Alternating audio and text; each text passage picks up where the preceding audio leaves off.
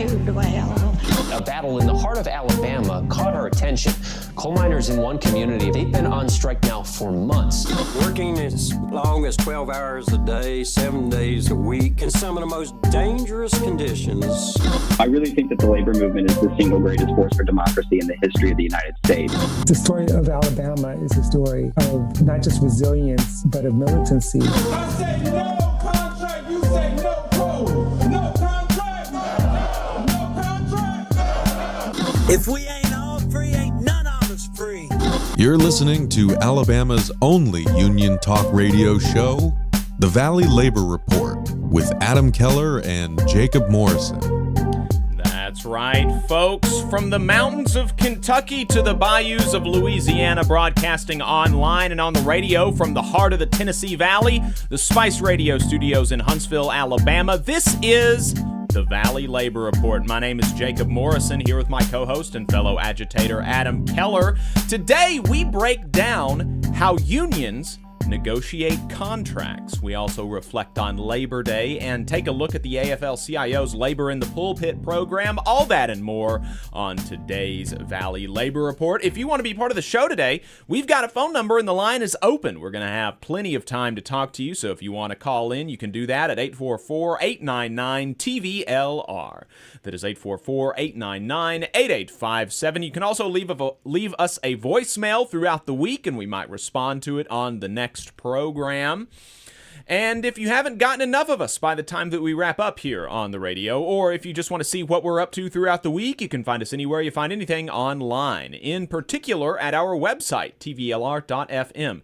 But we are also on Facebook, YouTube, wherever you get your podcasts, all at the Valley Labor Report.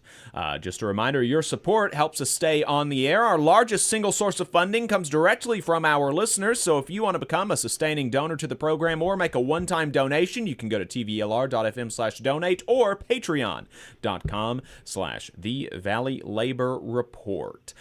We've got a bunch of cool stuff for sale on our store, tvlr.fm/store. We've got our logo dad cap. I'm wearing it right now. If you're listening to me on the radio, you can find us online and check that out. It's just a black cap with our logo and a union bug. It looks really nice. It's really simple. I wear it a lot.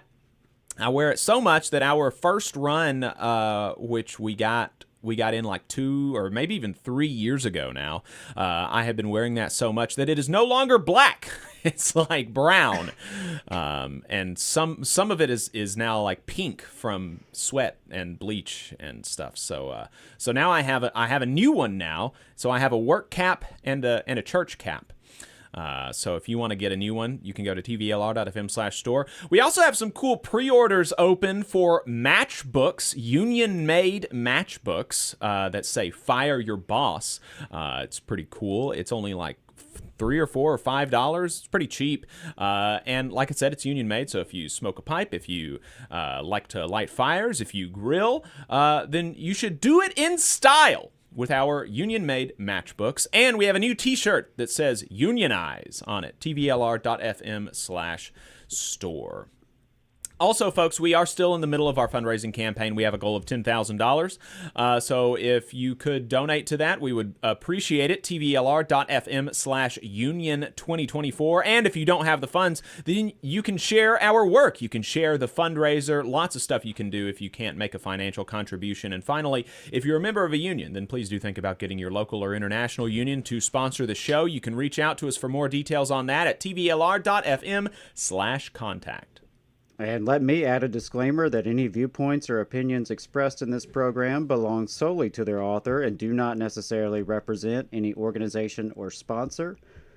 We welcome all of our listeners, whether you're on YouTube, Facebook, Unclaimed Mysteries Internet Radio, WVNN, WZZA, WHIV, WMMT, or through your favorite podcast app.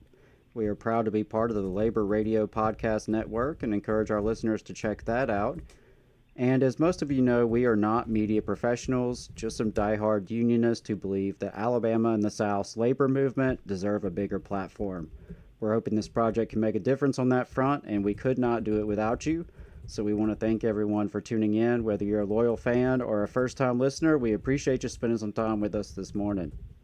Absolutely. And like I said, we are a little bit lighter than normal on programming, so we will have plenty of time to talk to you. If you'd like to call in, 844-899-TVLR is the phone number, 844-899-8857, especially if you disagree with us. You know, we're not conservative, I don't think, by any means. I think I don't think anybody would accuse us of being conservative, but we are on a conservative radio station, and we get surprisingly few angry phone calls for being on a conservative radio station. I like to think part of that is that we just make a lot of sense. I think that's what it is. I think that's really part of it. But there's just so much truth. Exactly. They're stunned by the truth. They're stunned. They don't have time to pick up the phone and call. Exactly. Like, they're just absorbing so much truth every Saturday morning, 9:30 to 11. That's right. That's exactly right. I think that there's certainly a huge dynamic going on there that plays into it. But, you know, look, I'm sure there has to be like one or two of y'all out there that disagree with us sometimes. So, like, you know, don't be shy. We're not going to bite. Well, call in, 844-899-TVLR, 844-899-8857. We're going to get to last week in Southern labor, and we'll take a call on the other side of the break after we wrap up this segment, if you want to call in. So without further ado, here's what workers in the U.S. South and the American colonies were up to from August 23rd to August 30th in new union campaigns. 876 workers across 12 bargaining units are in new union campaigns, with the Teamsters really showing out this week and covering over half of these workers. Really cool, really good work by the Teamsters. And 163 workers across 2 bargaining units are in new decertification elections. Starting off in McAllen, Texas, 160 security guards at Centera filed a petition to hold a union election with the Security Police and Fire Professionals of America, SPFPA. 4 workers at Cummins Sales and Service in Jeffersontown, Kentucky, filed a petition to hold a union election with the Teamsters Local 89. 94 workers at HMS Ferries Puerto Rico in Caiba, Puerto Rico, filed a petition to hold a union election with the International Association of Machinists and Aerospace Workers, IAMAW. The employer filed a petition to hold a union election after a majority of the 217 workers at UNFI Natural Foods in Atlanta, Georgia, demonstrated support for unionization with the Teamsters Local 728. 40 workers at AEP in Laredo, Texas, filed a petition to hold a union election with the International Brotherhood of Electrical Workers, IBEW, Local 728. 46 workers at the Texas Freedom Network in Austin, Texas, filed a petition to hold a union election with the United Professional Organizers, UPO. 20 workers at Did Lake in Virginia Beach, Virginia, filed a petition to hold a union election with the Public Service Employees Union Local 572, an affiliate of LIUNA. Workers likely pushed by their employer filed a petition to decertify the Communication Workers of America, CWA, as the union representing 98 workers at AT&T Mobility in Metairie, Louisiana. And I've been seeing a lot of these decertification petitions at AT&T Mobility among units represented by CWA. So if anybody from the CWA knows anything about this, if there's some sort of concerted campaign from the company to decertify workers, I know that this was a big campaign by the CWA to organize some of these subcontracted units at AT&T. And there was a lot of success in the last year or so, but also in the last 3 or 4 months, I have seen a worrying amount of decertification petitions being filed. So if anybody at CWA knows anything about that, we would like to talk to you about it. Workers likely pushed by their employer filed a petition to decertify the Teamsters Local 886 as the union representing 65 workers at PepsiCo in Tulsa, Oklahoma.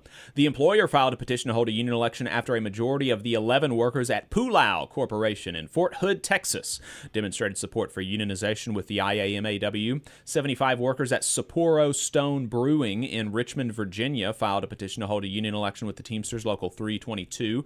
69 workers at Parsec in Jacksonville, Florida, filed a petition to hold a union election with the Teamsters Local 512. The employer filed a petition to hold a union election after a majority of the 65 workers at Imperial in Tulsa, Oklahoma, demonstrated support for unionization with the Teamsters Local 886. And in campaign updates, the Transport Workers Union, TWU, which is organizing workers at Brightline in Florida, released an anti-union bingo card in response to what they called Bright Lies You get it, Adam? They're organizing the company Bright Line, and the company released a bunch of anti-union stuff in an email, and the union is calling it Bright Lies. Love it.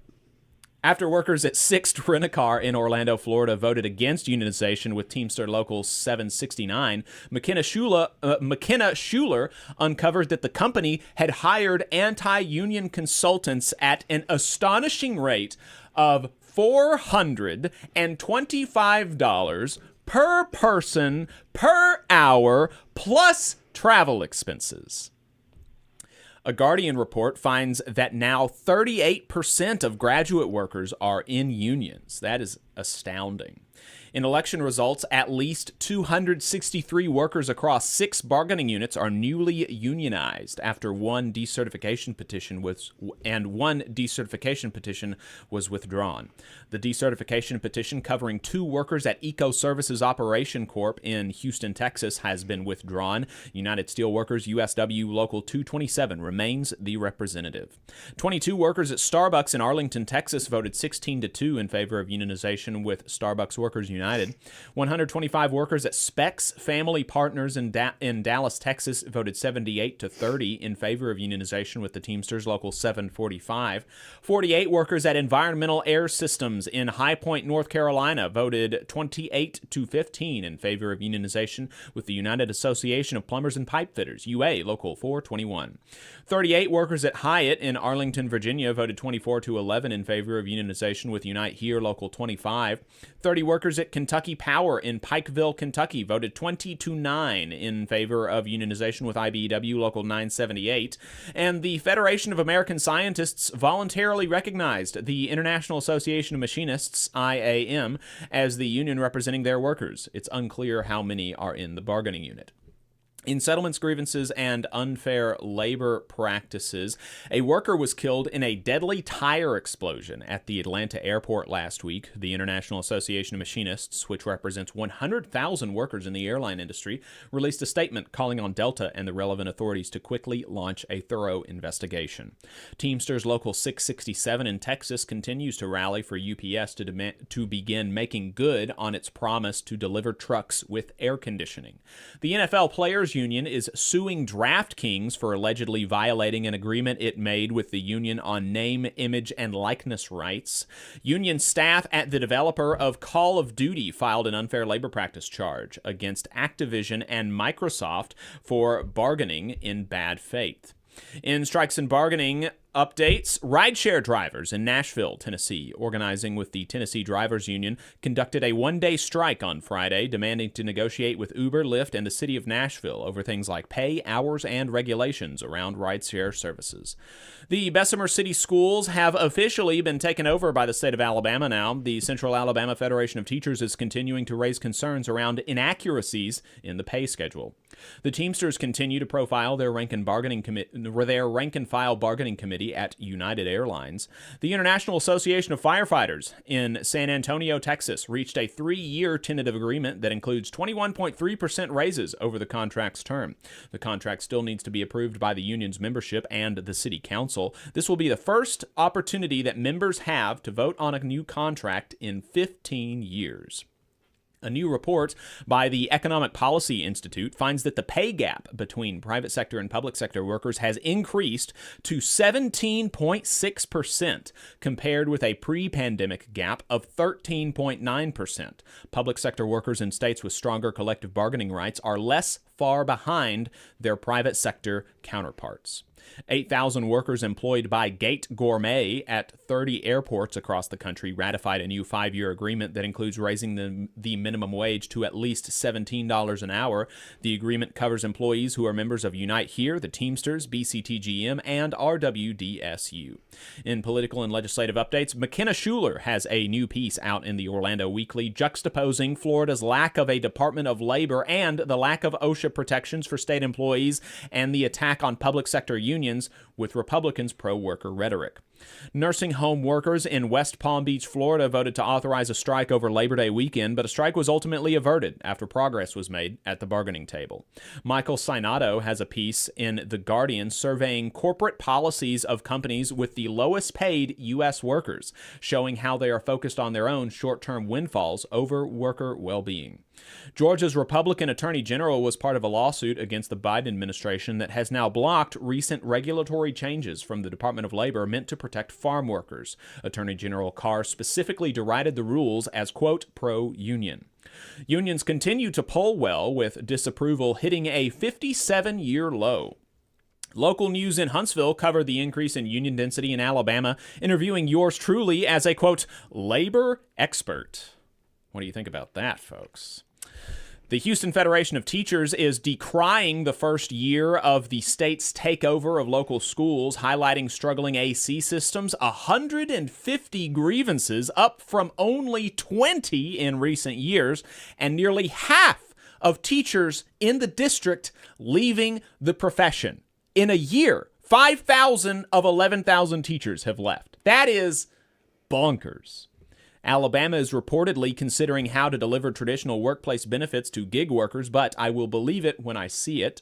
In internal union affairs, both parties' vice presidential nominees spoke at the International Association of Firefighters convention last week, with JD Vance getting booed and Tim Walz getting applause. After multiple officials have been convicted of embezzlement, some local members of the International Association of Boilermakers told the Kansas City Star that they would like to see one member, one vote for top offices. The West Virginia Education Association and the West Virginia Federation of Teachers are reporting progress on merger talks. That wraps it up this week for Last Week in Southern Labor. If we missed anything, let us know at tvlr.fm/contact. We're going to take a break really quick, and we will be right back and talking about how unions negotiate contracts. Stay tuned, folks, and if you want to call in, 844-899-8857 is the number. Benefit Architects has proudly supported union members and union-made products for over 35 years. If you are a federal employee and an AFGE member, you're eligible for hundreds of dollars in money-saving benefits, including group life insurance, dental insurance, and AFLAC insurance. Additionally, if you're a union member but don't work for the federal government, you can still qualify for several of these money-saving policies. So give Tate Hure a call at 256-215-6769 for details and to enroll. Again, that is Tate Hure at 256-215-6769. In Alabama, more than 200,000 of our friends and family members are living without health care coverage. Often folks can't stay healthy enough even to keep their jobs. We can fix this. It's time for us to find a way to close the health care coverage gap so that people can remain at work. Let's make this a priority. Let's close this gap and cover Alabama. To learn more and how you can help, visit coveralabama.org. The attorneys at Maples, Tucker & Jacobs have stood with the working people of Alabama for over 40 years, providing skilled legal representation for your workplace injury claims. When you are injured on the job, it can be a scary time. The attorneys at Maples, Tucker & Jacobs have the experience to guide you through the process to make sure that you and your family are properly taken care of and your rights are protected. If you need help, call the attorneys at Maples, Tucker & Jacobs at 855-617-9333 or visit online at www.mtnj.com. No representation is made that the quality of legal services provided is greater than the quality of legal services provided by other law firms. Support for the Valley Labor Report comes from the International Federation of Professional and Technical Engineers Union. Learn more by visiting www.ifpte.org. Are you looking for a better future, a career that can have you set for life, and to be a part of something that's bigger than yourself? If you are, then consider a skilled trades apprenticeship with the International Union of Painters and Allied Trades.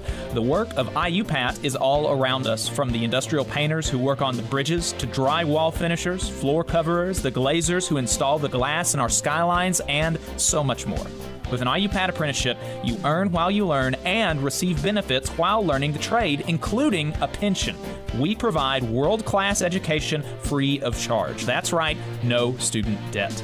Our starting salaries for apprentices that graduate is above the national median salary with benefits for entire families. And you have the flexibility to take your trade wherever you'd like in the country to work. IUPAT District Council 77 covers our entire region, so give Adam Booth a call at 205-603-3142 for more information. Again, that phone number is 205-603-3142. Come build a better future with us today and join IUPAT. I'm attorney Tommy Sinyard. When you've been injured and need help, you need a lawyer who's with you. Sinyard Law. You need attorneys always available to take care of you. Sinyard Law. And keep you in the loop. It's your case. You need to know what's happening. Sinyard Law. And never a charge to meet with us to evaluate your case. Sinyard Law. A new firm, but an old name. One that will stay with you every step of the way. Sinyard Law. The name with proven results.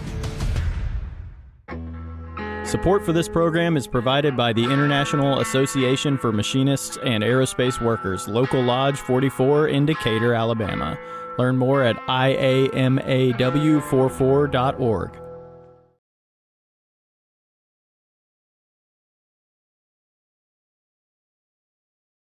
Come on, you poor workers, good news to you I'll tell, how the good old union has come in here to dwell.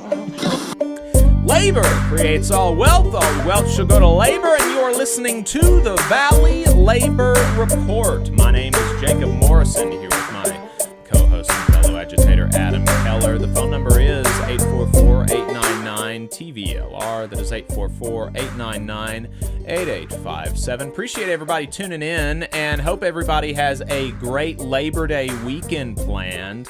I know that I am going to be heading over to Muscle Shoals on Monday for their annual Labor Day parade. They claim it's the longest running Labor Day parade in the country. I'm not totally sure if I buy that. I would believe it's the longest running Labor Day parade in the South, and maybe it's the longest running Labor Day parade in the country. I don't know. Another claim to fame that they have about this parade is that it is where Jimmy Carter announced the beginning of one of his presidential campaigns. So that's pretty cool.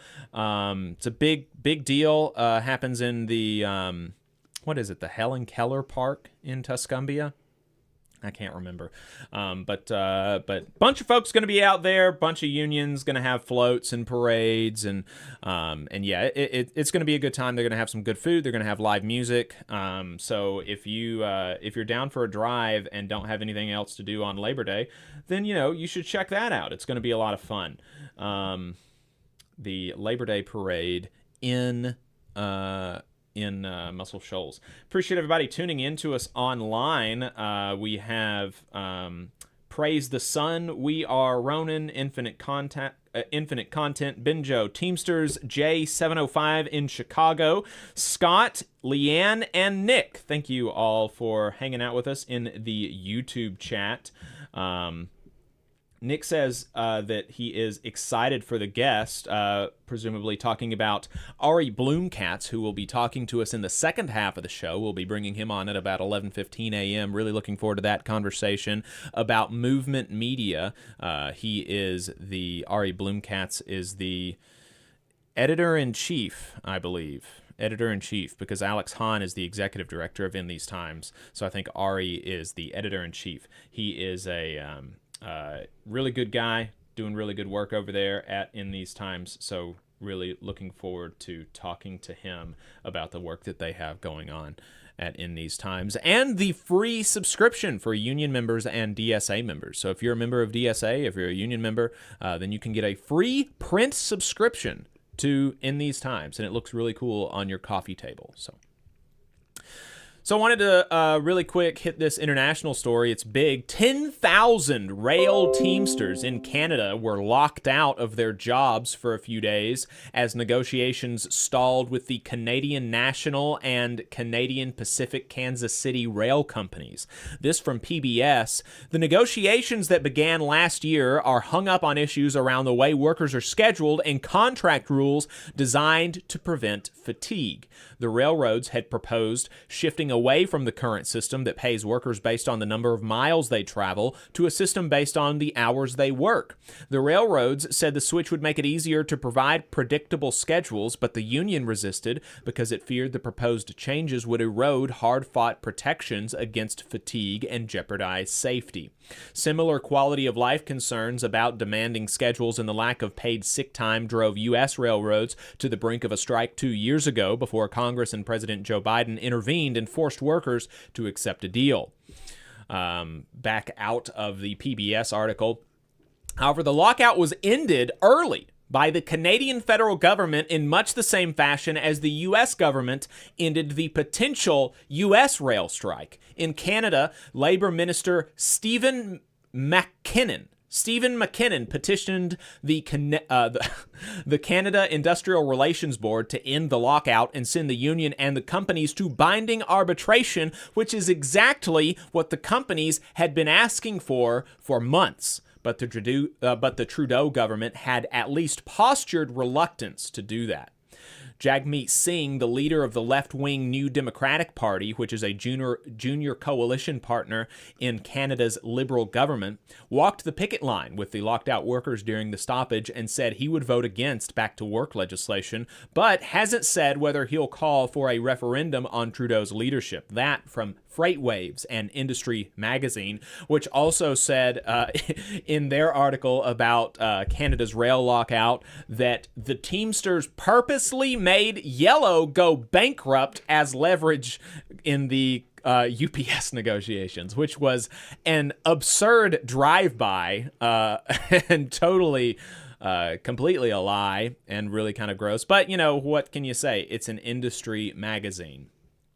Even though the work stoppage only lasted a couple of days, industry experts estimate that it will take weeks for the supply chains to catch up from what was $340 million of economic damage per day during the lockout.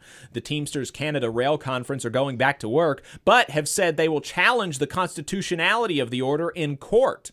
In a statement to PBS, Paul Boucher, president of the Teamsters Canada Rail Conference, which represents more than 9,000 engineers, conductors, and dispatchers, said, quote, "This decision by the CIRB sets a dangerous precedent. It signals to corporate Canada that large companies need only stop their operations for a few hours, inflict short-term economic pain, and the federal government will step in to break a union." And that's exactly right, and appreciate that clarity from Paul of the Teamsters in Canada. And it's really gross to see this kind of stuff from, you know, supposedly labor-friendly politicians. So we'll be keeping an eye on this as the negotiations proceed. Again, it's unclear how this arbitration will work, how what the arbitrator is going to decide. But yeah, you know, this is a very similar thing that happened to the U.S. rail workers 2 years ago. In some of the articles around this, they note that in the United States, some of the rail companies have already reached tentative agreements with some of their unions, which does not bode well for the prospect of a unified rail labor bargaining coalition, since some of them have already agreed to new 5-year contracts before the current contract even expires, which is, you know, really just frustrating. I don't understand it. I don't understand why they're not bargaining together.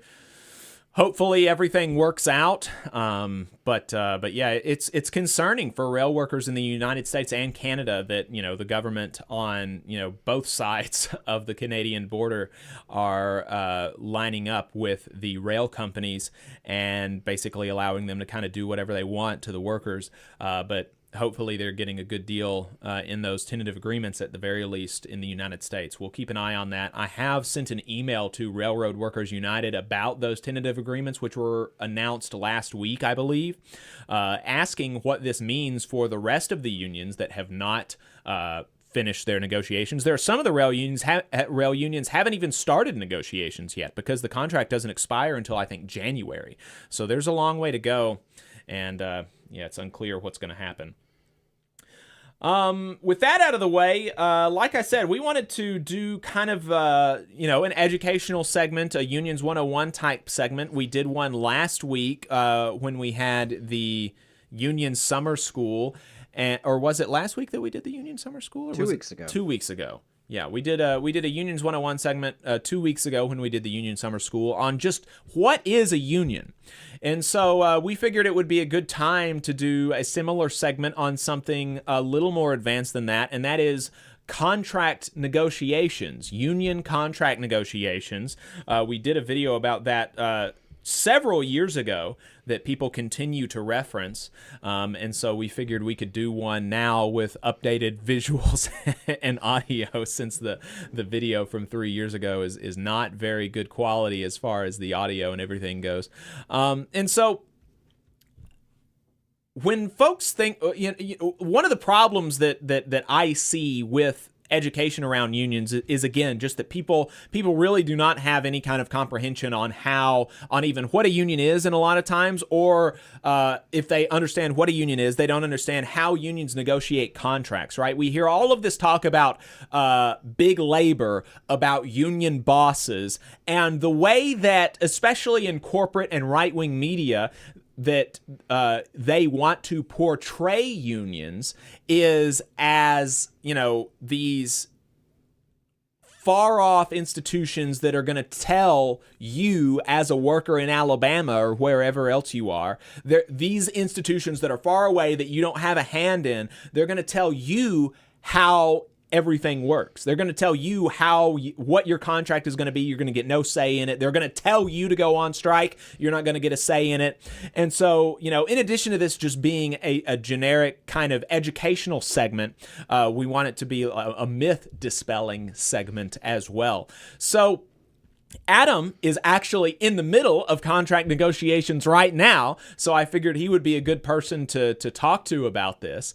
And, so I guess, Adam, what would be the first thing, either when unions begin contract renegotiations or when unions are bargaining their first contract immediately after winning a union election or being voluntarily recognized as you were at your company? What are some of the first steps that a union takes, that its members take when they are beginning the negotiation process?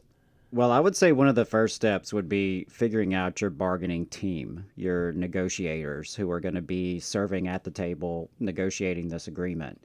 And so typically, unions do it differently. Every union has their own method in terms of how someone becomes on the bargaining team and what that looks like. But it is typically a democratic process that, in my case, we voted for who we wanted to serve on the bargaining team. And these were our rank and file coworkers who we want to represent us. And, depending on the size of the unit, it may vary on how many folks are required per department or per certain types of job classification. In my case, it's a smaller bargaining unit. There's only 14 people, so we have a rather small bargaining team. But I've seen bargaining teams that are much, much larger and do have that diversity of skill sets. Because if you're in a larger workplace and you represent all sorts of different types of workers, it's really good to have those different voices reflected, because at the end of the day, this contract is going to cover everybody in the bargaining unit, regardless of their job. And so you have to be mindful of that, right? You have to be able to look out not just for yourself if you are on that bargaining team, but for the entire unit, all the workers that you're there representing. So that's the first step. It's picking the team. Some unions will also include staff or Other folk, officers, maybe an attorney. Potentially. So, again, it just varies on the negotiations, who you're up against in terms of the company, how big of an employer this is. All those vary and factor into it. But, in my case, we have workers from the rank and file who are elected by the rank and file. We also have a staff rep from our union, and we also have an officer from our union. And so combined, we have quite a bit of experience and perspectives to bring to the table. That's really helpful. Right. And, I want to emphasize the importance of, the fact that typically now, it is true that not every union is the same. And there are going to be some unions where negotiating committees are primarily appointed positions from the union leadership. But we'll talk about later how even if you don't, as a rank and file member, get to elect your bargaining committee, we'll talk about how you can still have influence over the process.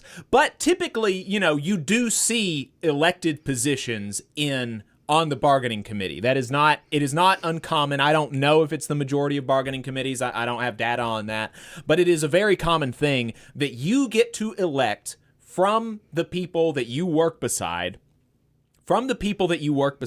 who is going to be at the negotiating committee across the table, on the negotiating committee across the table from management. So these are people that you work on the line beside, works in the cube next to you, drives a truck on the same shift as you, whatever your situation is. These are people who know what it is like to work under the current contract if you're renegotiating a contract, or what it's been like to work before you unionized if you're negotiating your first contract. And I think that's something that is really cool that you do not get if you are in a non-union workplace, right? You don't get to elect people that are going to be negotiating the contract. You don't even get a say you don't even get a contract. It's all up to management, what they do or don't do, and it's all at their discretion. Even if you have a great job and your manager is great and you have good benefits and your working conditions are great, that can all literally be taken away tomorrow at the discretion of your employer without your input, consent, or consultation. And so, that emphasizing that, I think, is really important. And so once we've got the bargaining team either elected or appointed or some combination of the two, and also just a reminder that even if they're appointed positions, the person who appoints them is elected one way or another. Right. There is democratic accountability at various levels. Right. That does vary from union to union, and some are more democratic and some are less. But absolutely, there is input that you have as a union member into this process that you just simply don't have as a non-union worker. Right. And so once once the negotiations committee has been selected or elected, whatever the process is, one of the next things that will happen during these negotiations or before negotiations begin is that the people on the bargaining committee will get training, and in some cases, like a significant amount of training. I know the machinists, for instance, they will send their negotiations committee for 1 to 2 weeks, full-time bargaining preparations, learning about relevant law, learning about relevant case law, studying their contracts, studying other contracts in the industry, studying negotiation techniques, how to behave at the table for, just the interpersonal, ways to try to, get the best deal at the table through those kind of rhetorical tricks and things like that. I mean, some unions do more training than others, but because of my experience with the machinists and having been so close to David Story for so long, I know that they get a significant amount of training, and you got at least some training as a member of the bargaining committee at your workplace, right? Yeah, absolutely. Got training, and I also want to just point out part of the reason our team is the dynamic it is with an officer as well as a staff rep is because it is a first contract.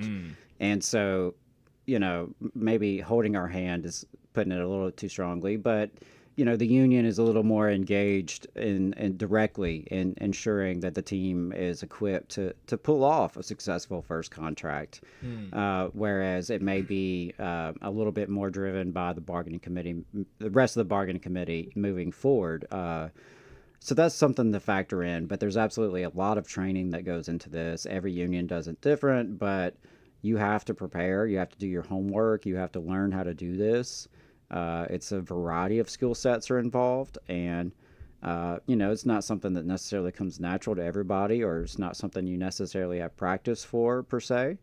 I know in my previous union, the National Staff Organization, something that we did was these coordinated bargaining councils where we would meet regionally and compare our contracts. And like that's something we would do as part of our training, was we would all bust out our contracts and we would have charts where we would chart the gains and the losses per article, right? And look and see, well, where did we make gains or losses in wages? What about, vacation leave? What about retirement contributions, health insurance, all this? So training is a big part of it. And then you're probably about to ask me about how we get input from the membership, which is also a big early stage. Yeah, that's the next step. So we've got the negotiations committee. They're trained up. They're experts now. They know everything there is to know about negotiations and labor law.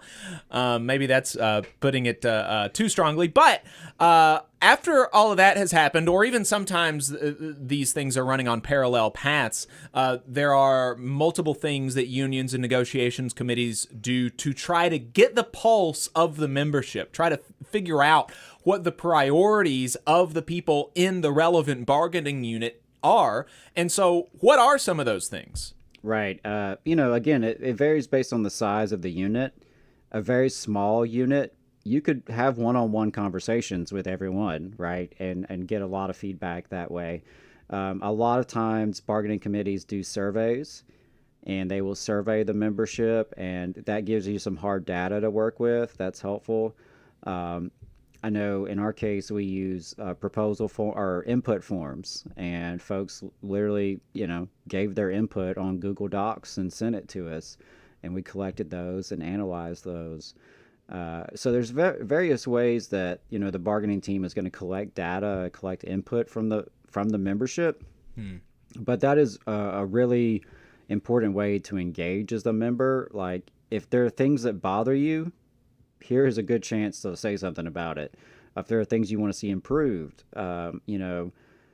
if it's different with the first contract because we're coming up with everything, right?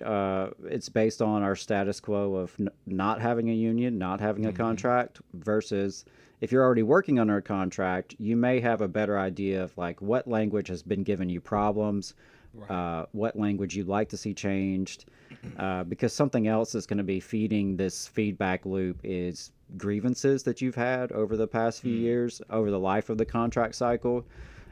So that's also feeding your input. So you're getting surveys, you're having one-on-ones, you're, doing other forms of input to get,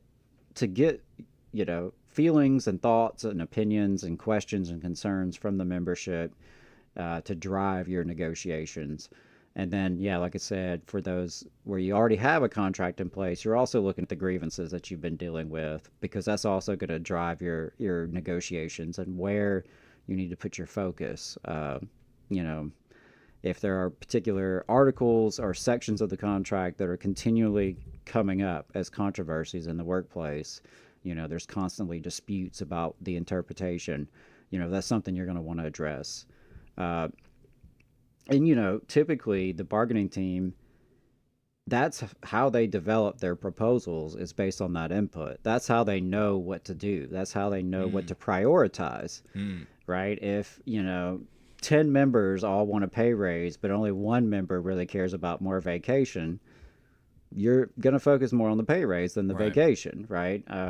That's just kind of the way that works. And so, there is a lot of feedback loop going in with that process, but that's what really shapes you going into the negotiations. Like you have your membership input, you have your history of grievances, and so you have some idea of your priorities that you want to tackle. David mentioned when we discussed this on the program 3 years ago that, whenever that sometimes among the negotiations committee, the discussions about what to prioritize or, what issue they cared about, sometimes these discussions can get heated, right? And even just among the negotiations committee or the bargaining committee or union members, because, this is your life, right? It's really kind of a gross state of affairs that we live in a so-called democracy or a republic or whatever. We're supposed to have some amount of input over the conditions of our lives, but the place where we spend the majority of our waking lives, at minimum for most of us 8 hours a day, 5 days a week, we don't have any rights. But in workplaces, in union workplaces, you have some amount of say.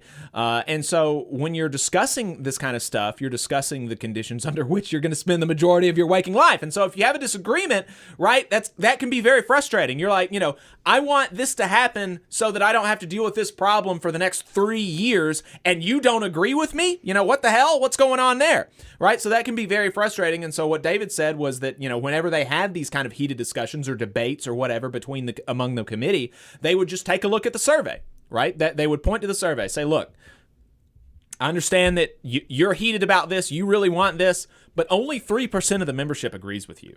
We just can't, we don't have the mandate to go really hard on this issue at the table.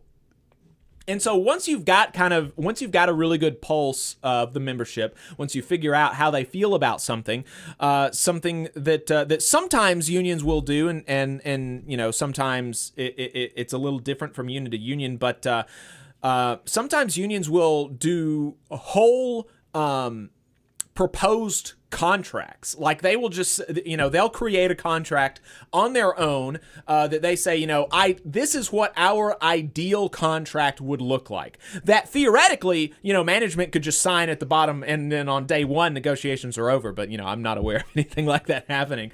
But, sometimes they do that and they're able to kind of make a campaign out of some of the, some of the really big issues. Like, like you said, a lot of times wages and raises are really important to folks, and so they'll highlight the results of the surveys, and they say, based on this, we want in the contract a 35% wage increase over the next 3 or 4 years, right? And so that's something to basically send back to the membership for one more kind of gut check about, like, okay, look, we've heard from everybody, the negotiations committee, we've heard from everybody.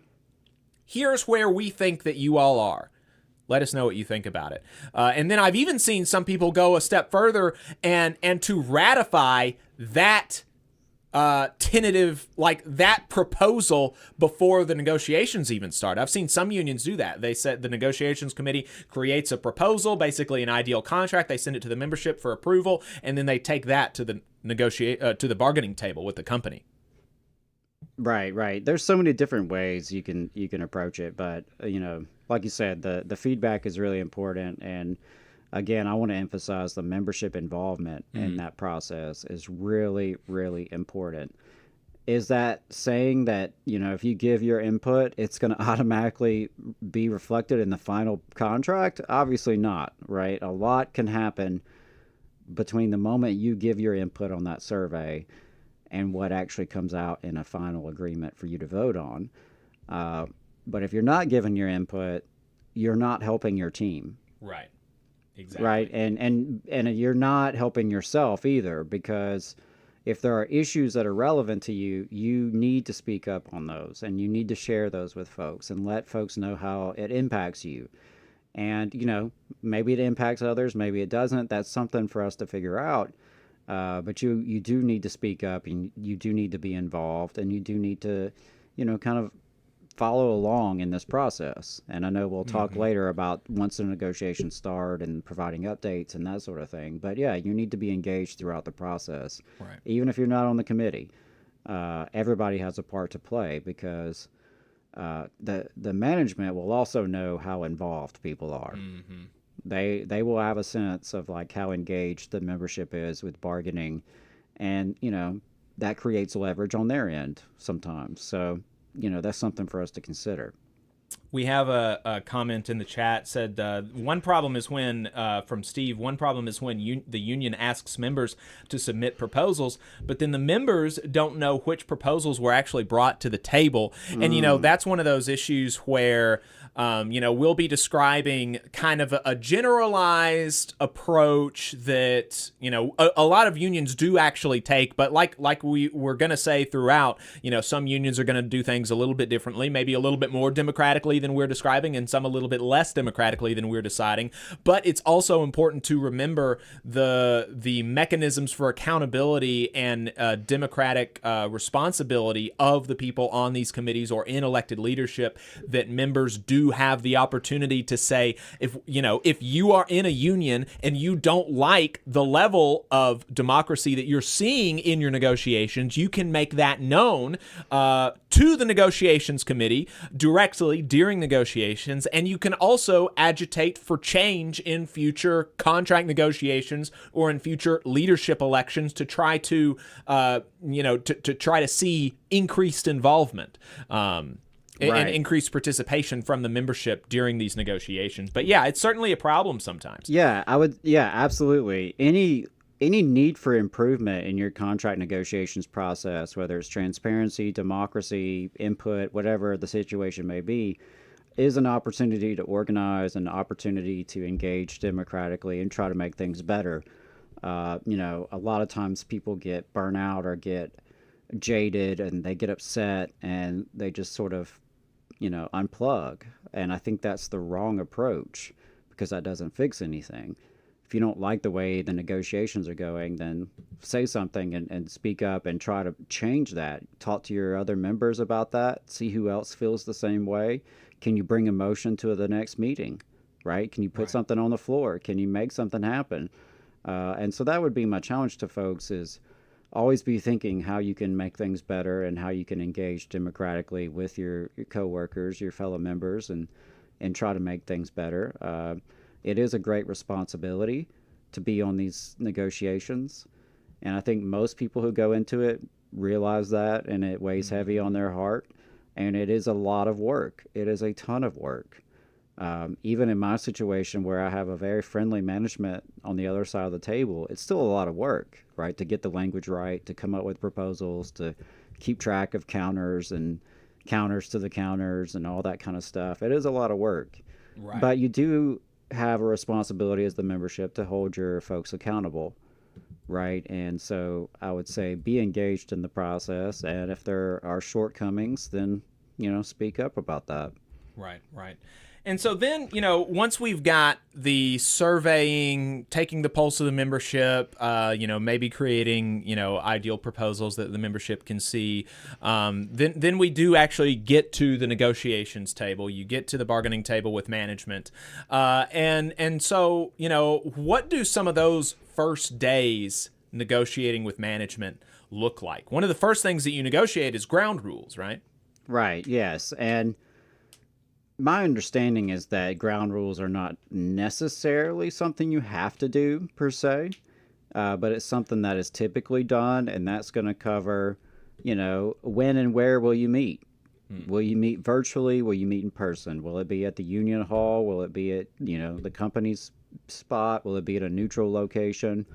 Those are the sort of things you'll come up with in ground rules. You may also discuss what will be shared away, coming off of the table, and that can be a tricky situation, what you agree to not talk about, because some unions will enter into really binding confidentiality where almost nothing is shared, like almost no updates can be provided, and then you have other situations that are totally open, and, there is no real guardrails there in terms of what's shared and what's not.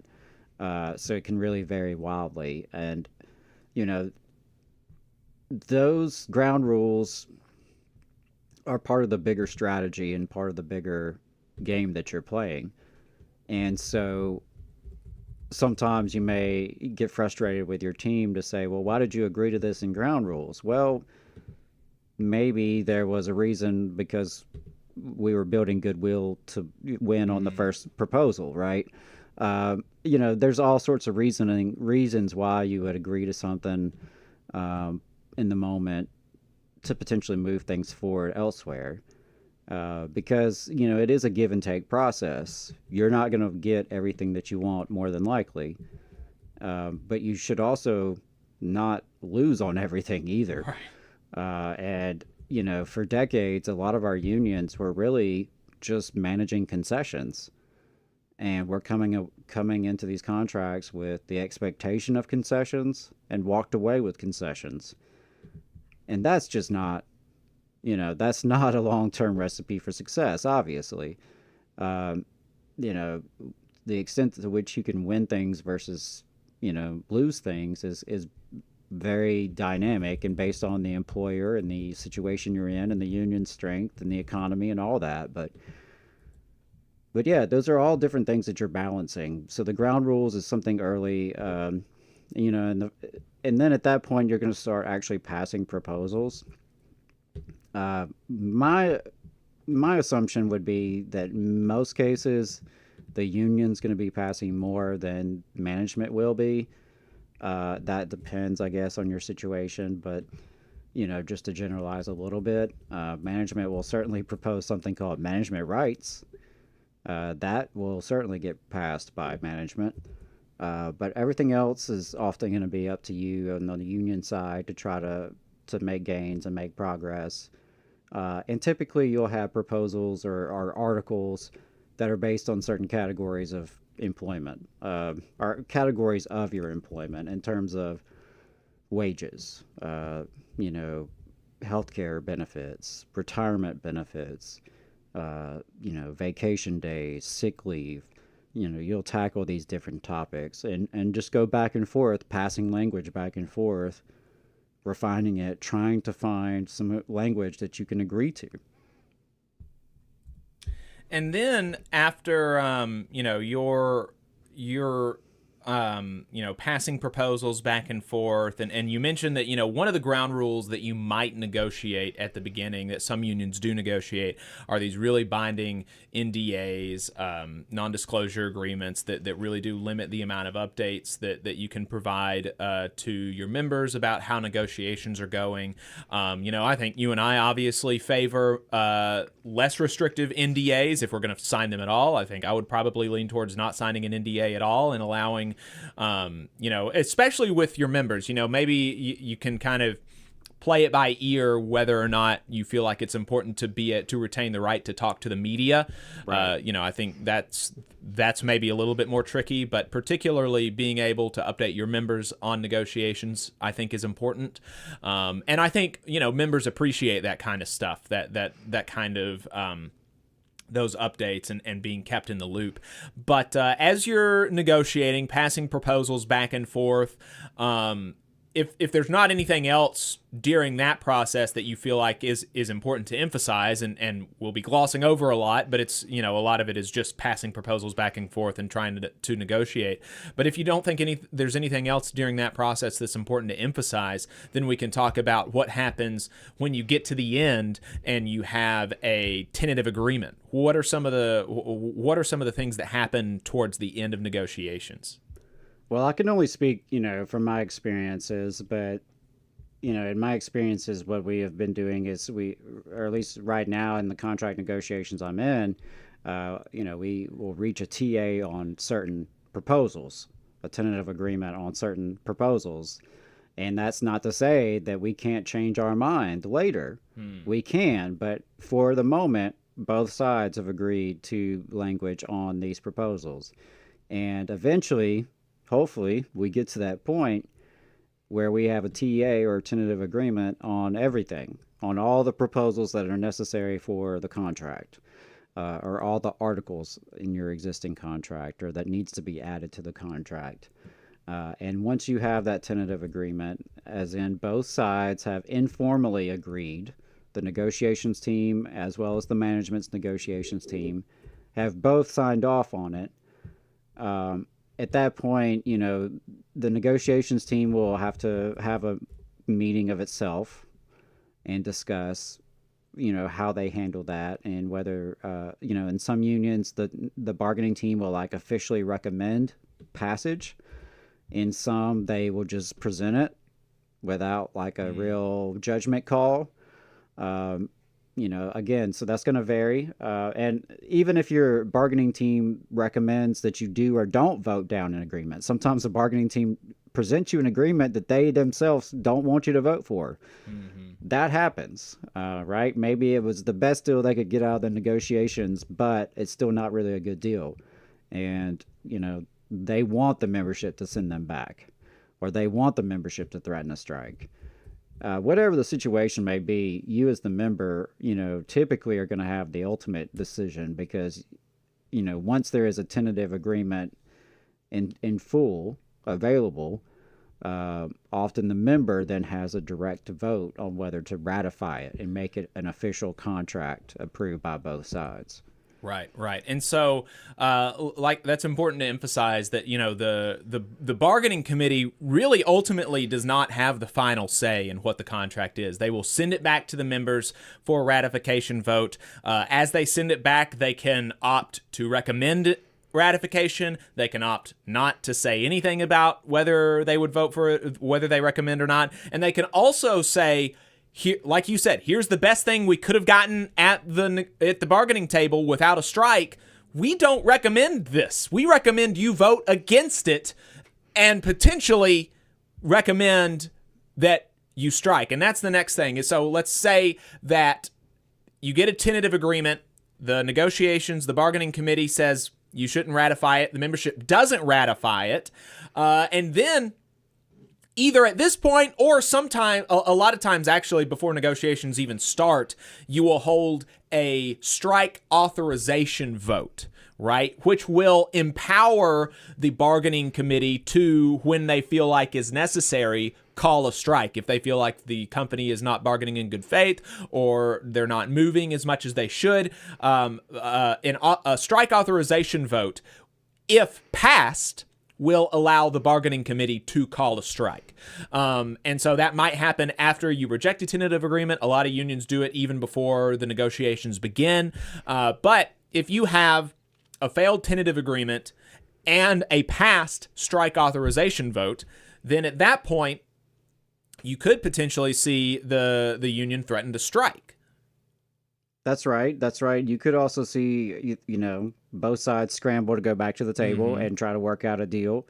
And maybe management suddenly sees, the writing on the wall that a strike is looming, and they change their posture. So that's often a possibility. And then it's worth pointing out, in some sectors, you can't strike legally, right? In some sectors, it may be that, or in some situations, it may be that it has to go to arbitration, perhaps. But, what you're describing is probably the typical private sector situation. So, yeah, either it's going to be ratified by the membership, and in which case, woohoo, you got a new contract, and hopefully it was a good one. Or it's rejected. And, yeah, at that point, a strike is on the table. Typically, a strike authorization vote may take a bigger majority of your members to vote for it. So that's something to monitor, is what is the vote tally. When you see a union and they have like a 95, 97, 98% strike authorization vote heading into negotiations, that is a very strong sign. That is a strong symbol of unity, and it shows that not only are folks unified, that they're willing to take action if they can't get a good deal at the table. So, that's obviously something you want to see for a lot of negotiation teams. You'd love to see that kind of momentum heading into bargaining. Right, exactly. And so, if you authorize a strike or you get an agreement, eventually you do get to, presumably, hopefully, and most of the time, you do get to a contract ratification. And, you're right to point out that in many sectors, a strike is technically legally not on the table, although we have seen situations in which, workers went on strike even though it's technically illegal. Workers in West Virginia and teachers in West Virginia, Massachusetts, places like this have gone on strike and won despite it technically being illegal. The postal workers went on a strike in 1970 despite it technically being illegal, and they were able to win big things. And so, the only illegal strike is one that you lose, as Patco actually said. They're the ones that said that. They would know it. Yeah, they would know it. So, but once you have ratified a contract and finished negotiating and the contract is in place and in force, then the last thing that's important to talk about, I think, under how do unions negotiate contracts is contract enforcement. We won't spend very long on it, but I think it's important to emphasize the fact that you do have to, as a union, enforce the contract. Otherwise, it's meaningless, right? Right. Yeah. I mean, if you don't enforce it, these words don't enforce themselves, right? And if it's something that is advantageous to your members, management is not going to be prone to just go out and do it just because it's in the contract. You have to breathe life into the words of the contract. You have to enforce it day to day. That's going to be, the role of your stewards and the role of your rank and file members, educating them on the contract so that they know the benefits in the contract, they know their rights under the contract. That's really important. You have to hold management accountable. You have to be able to show them the language and force them to agree to it and to abide by it. Sometimes that requires filing grievances, so that may be necessary. And again, that goes back to where we started, because that'll be the beginning of your feedback loop for the next contract. Because if you have a new contract in place and then you start running into issues where maybe the language was a little unclear, or there's management keeps crossing the line on something, well, that may be where you need to focus some energy in the next negotiations, but certainly in the meantime be filing grievances in between.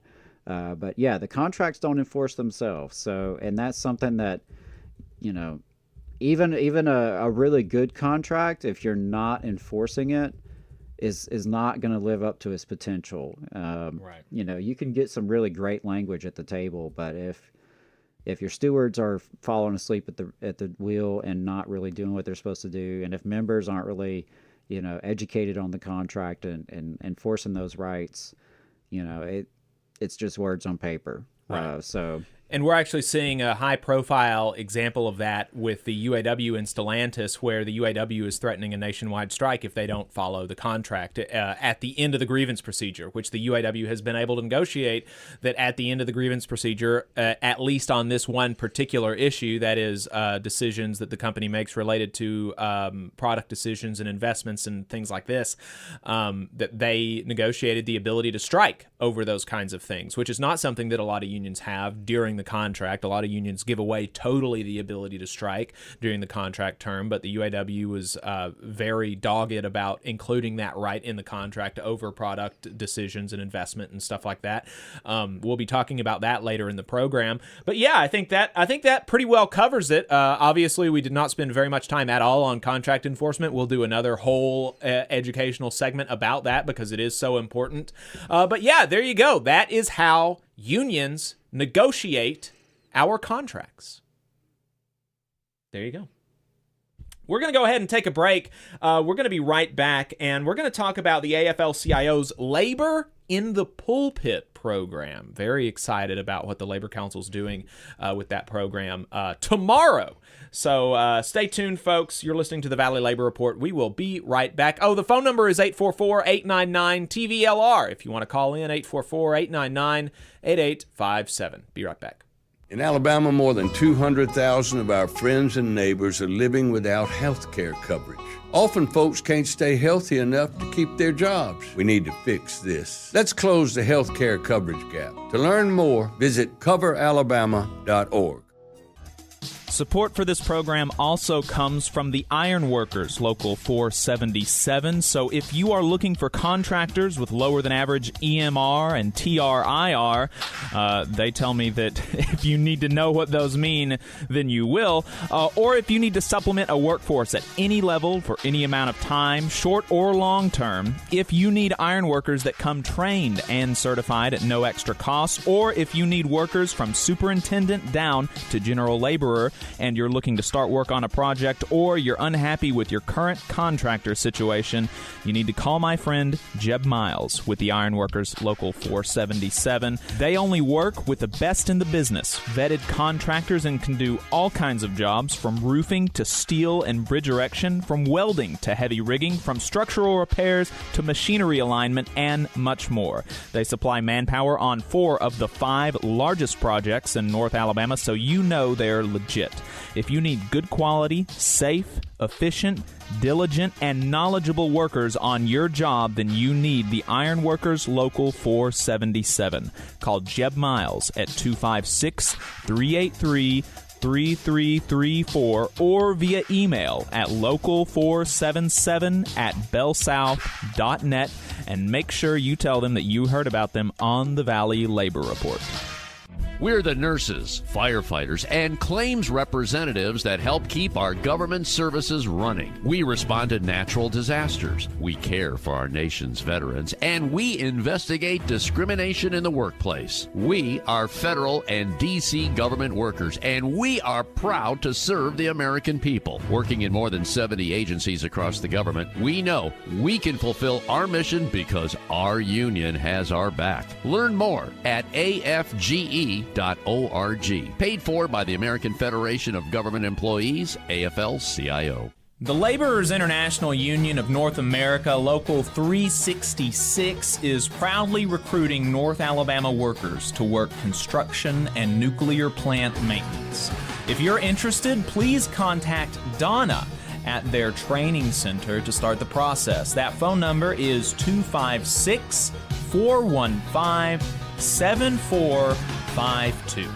Again, that phone number is 256-415-7452. No experience is needed. Free training is offered, but you must be able to pass a background check and a drug test. Local hiring that grows our community with good-paying jobs that have benefits is their mission.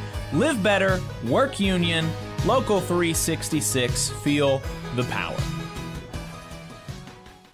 Support for this program also comes from the Mid-South Council of Retail, Wholesale, and Department Store Union. Learn more at rwdsu.info. I'm Attorney Tommy Sinyard. When you've been injured and need help, you need a lawyer who's with you. Sinyard Law. You need attorneys always available to take care of you. Sinyard Law. And keep you in the loop. It's your case. You need to know what's happening. Sinyard Law. And never a charge to meet with us to evaluate your case. Sinyard Law. A new firm, but an old name. One that will stay with you every step of the way. Sinyard Law. The name with proven results. Since 1889, the National Association of Letter Carriers has protected the rights of city carriers as they deliver the mail and offer support for their community. The Alabama State Association of Letter Carriers makes their legislative voices heard when it comes to issues involving the U.S. Postal Service and the working members of the union. The National Association of Letter Carriers has been longtime supporters of the Muscular Dystrophy Association and the Stamp Out Hunger Food Drive. This message is sponsored by the Alabama Association of Letter Carriers. To learn more, visit NALC.org.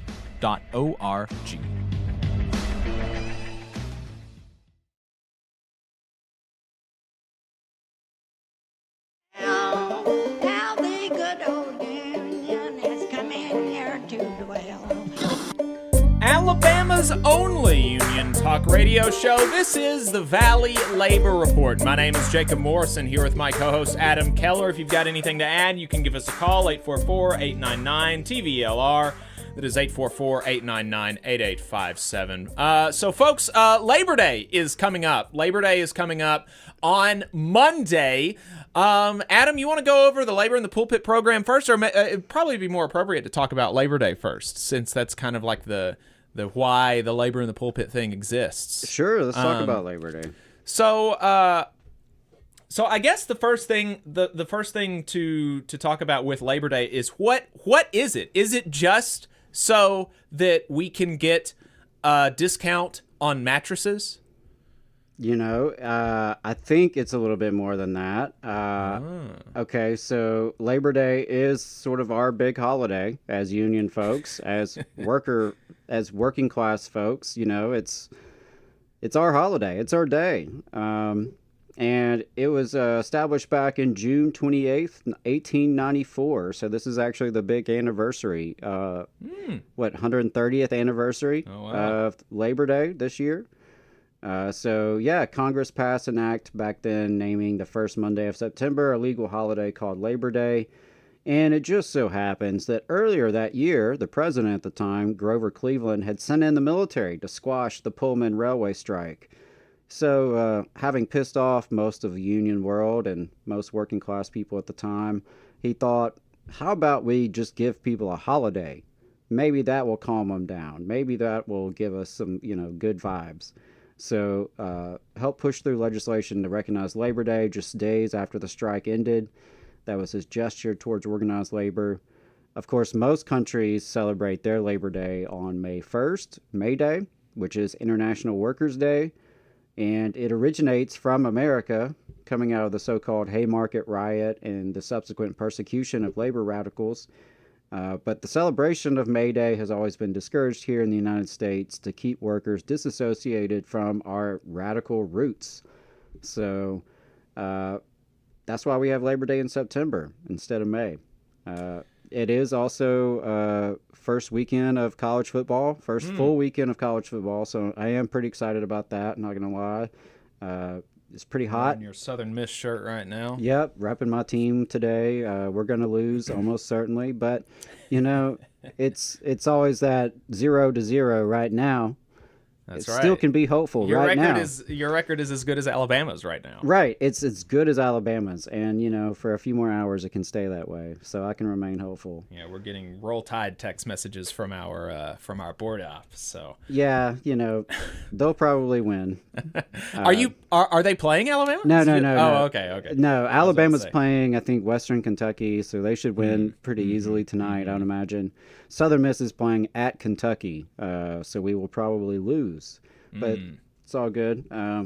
Labor Day, it's a good time for end of summer celebration. Here a lot of folks are already back in school at this time, so it's kind of like a closing of the summer. Maybe hit the pool. It's still pretty hot right these days. This week has been really hot here in North Alabama, so imagine a lot of folks will be at the pool. But it's also a time to reflect on the labor movement.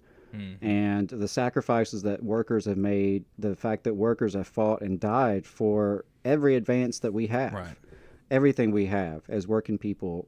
People fought for that from below, and they fought and they died for it, and they risked a lot for it. And so, yeah, I think, as much as it is a fun holiday and it's a nice time to just barbecue and spend time outdoors and with the family, it is worth remembering the sacrifices of working people have come before us, and the fact that it's struggle of working people that has won us everything that we do have, and we have a lot more to win.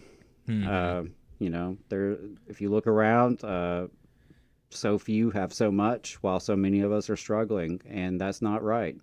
So it's going to take a mass labor movement like we haven't seen in generations.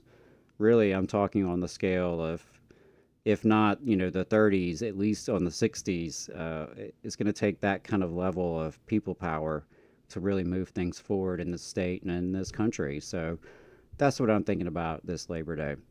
Yeah, and that is so, because with so many of our holidays, there is something like real there that we are always encouraged to remember that, Easter is not about, chocolates and bunnies. It's about the rising of Christian savior, right?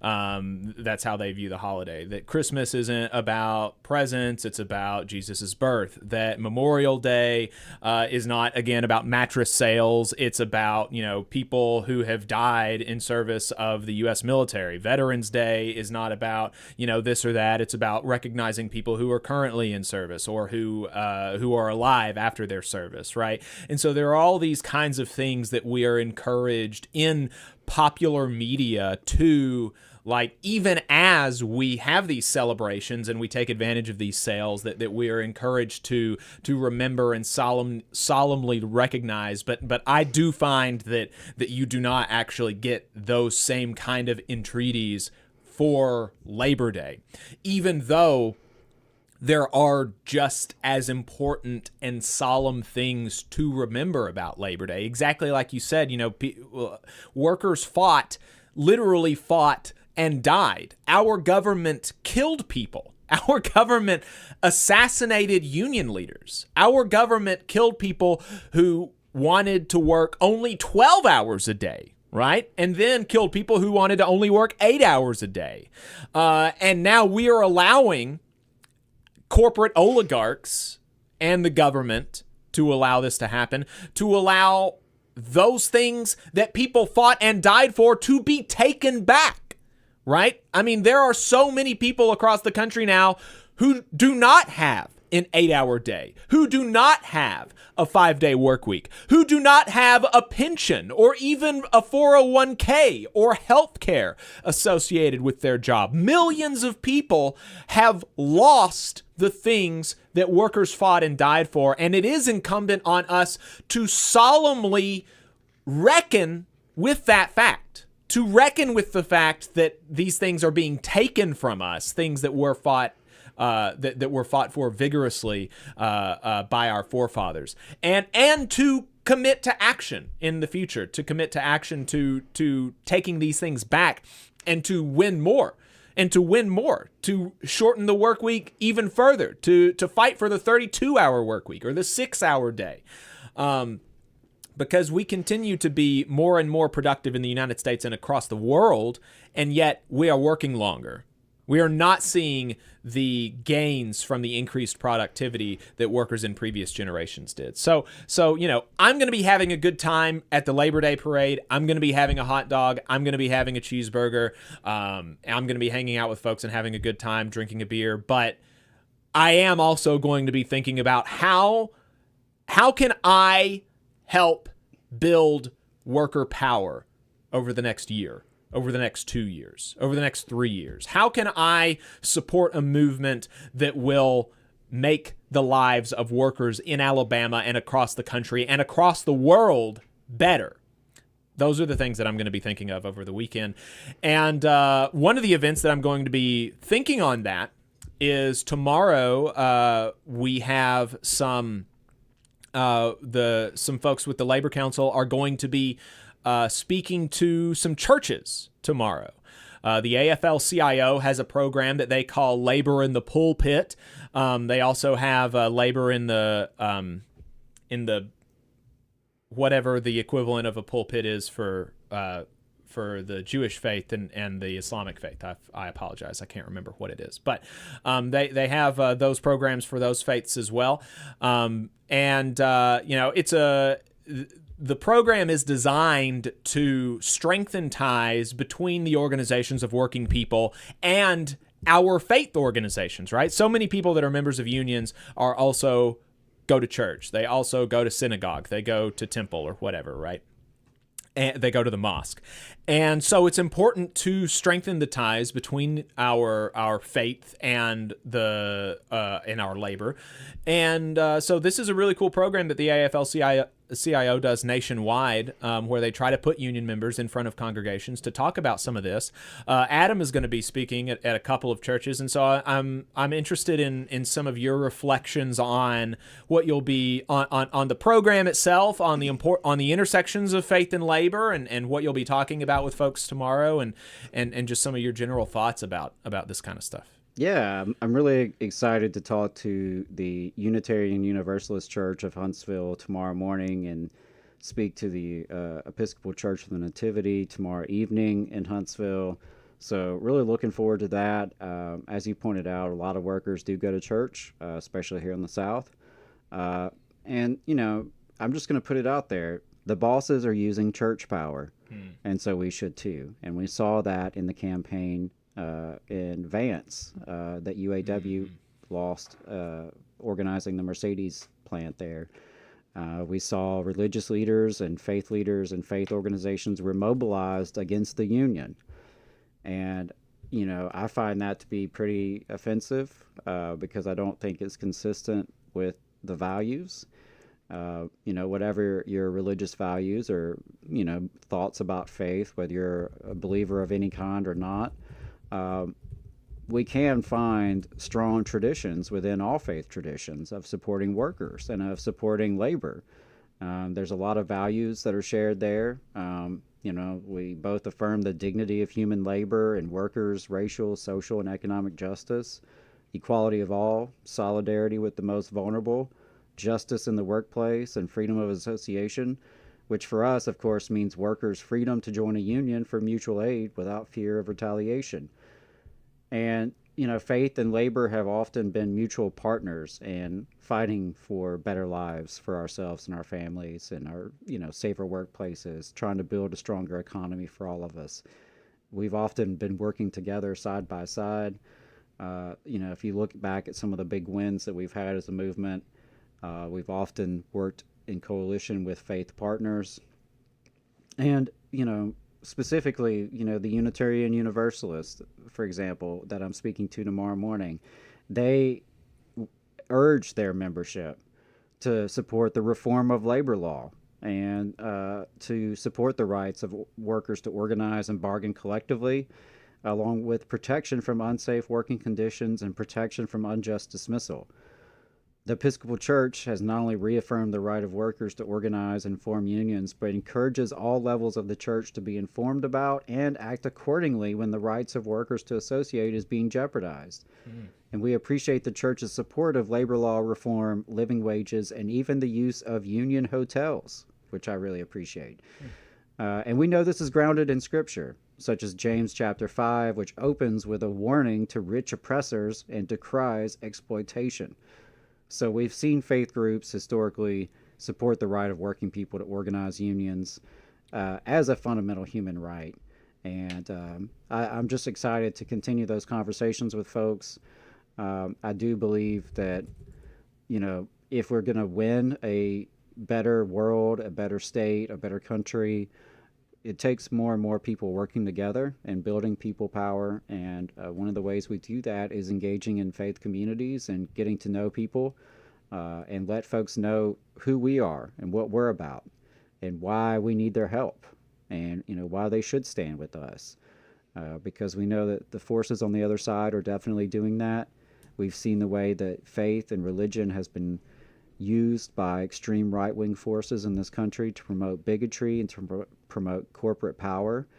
And I think we have a responsibility to engage with folks with an alternative view, an alternative of love and solidarity and justice, and building a movement around that can fight back against organized greed and organized hatred. I think that's what we need to do. And so, yeah, I'm excited about our efforts to have those conversations with folks in the community here in Huntsville. Looking forward to building on it and just having more and more because, you know, the more we work together, the stronger we'll be. Yeah. Every time folks talk about faith and labor, and especially when you bring up James 5, I do like to just go ahead and read it because, you know, I never heard this verse in church, and I wonder how many of you have never heard this verse in church either. But this is James 5 from the New International Version. Now listen, you rich people, weep and wail because of the misery that is coming on you. Your wealth has rotted, and moths have eaten your clothes. Your gold and silver are corroded. Their corrosion will testify against you and eat your flesh like fire. You have hoarded wealth in the last days. Look, the wages you failed to pay the workers who mowed your fields are crying out against you.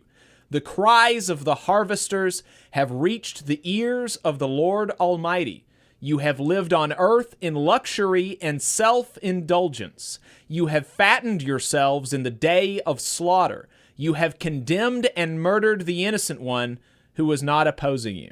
I mean, I think that's pretty clear, not very ambiguous. So that's going to be it for us on the first half of the program today. Adam, take us out with the plugs. Well, first, amen. Amen, brother. That's right.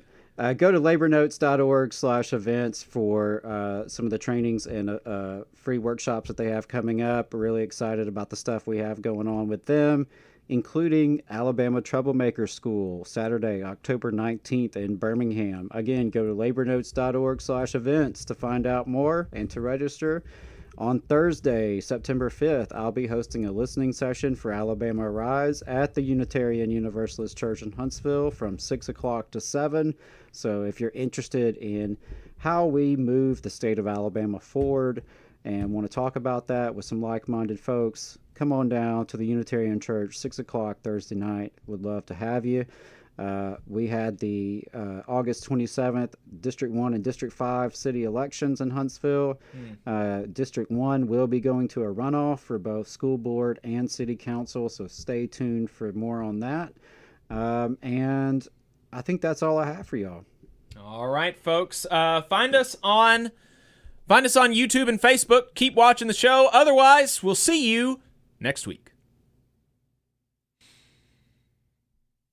All right, folks. Appreciate y'all staying tuned. We got a great overtime lined up for you. Like I said, we're going to be talking to Ari Bloomekatz of In These Times. We'll also be taking a look at Vance and Walz's competing speeches to the firefighters union last week. It was pretty cool. And some like real substantive differences that I'm going to be pointing out.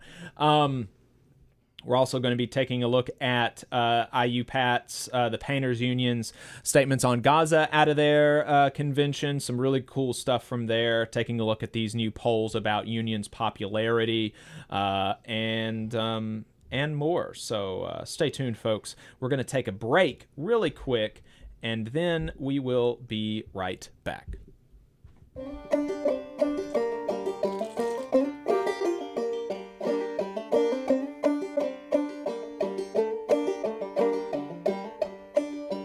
Come on, you poor workers, good news to you I'll tell. How the good old union has come in here to dwell.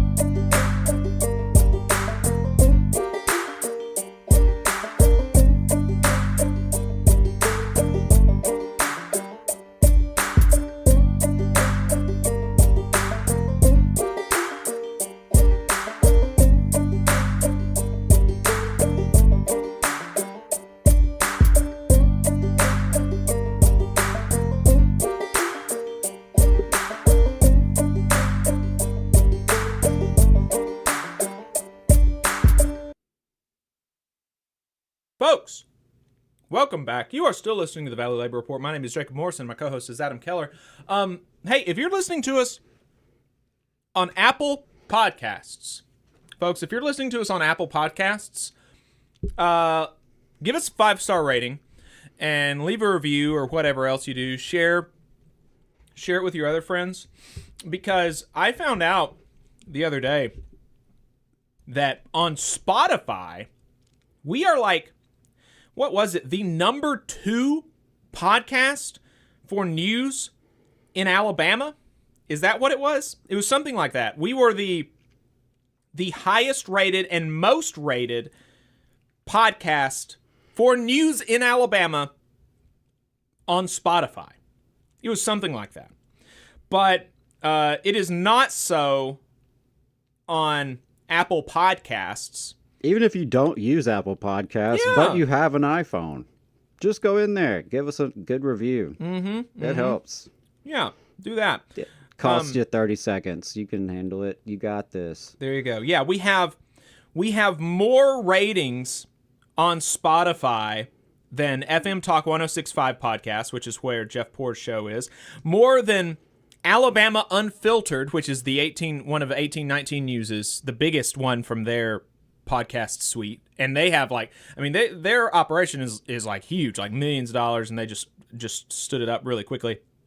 We have more ratings and higher ratings than Alabama Politics This Week, which is Alabama Political Reporter's liberal podcast. We have almost the same on Spotify as AL.com's podcast. Well, there we go. We have significantly more than Dale Jackson. Significantly more than Alabama Political Reporter's other podcast, The Voice of Alabama Politics. Significantly more than Yaffe. So we're doing good on Spotify, I think. Yaffe. We're doing pretty good on Spotify, but folks, we're still beating the conservative types on Apple Podcasts. But folks, the libs on Apple Podcasts, they're winning by a lot, folks. They're winning so much they're getting tired of winning. So we gotta win some. We gotta make an attack on the Apple Podcast front in the podcast wars against the libs in Alabama. That's right. Organize everyone you know to exactly do a good Apple Podcast review for TVLR. This is your collective action. It is Labor Day. It's Labor Day, folks. It's part of the Labor Day tradition. Exactly. Do some collective action for the common good, and this is the way to do it. There you go. Hook us up, help us fight the libs. And also those nefarious conservatives who are funded by these secretive sources, and they've got so much more money than us. They've got more money than they know what to do with, and they're still just losing. It really is amazing how we have almost 3 times as many ratings and a higher rating than 1819's flagship podcast. And folks, we don't even know what we're doing. Yeah. We're not at all like professionals. Yeah. I mean, if you're listening, you probably know that. But isn't that embarrassing for 1819 News that they're getting clobbered by 2 nobodies who volunteer their time to do a podcast? Well, they would counter that this is big labor. Right. We're big labor.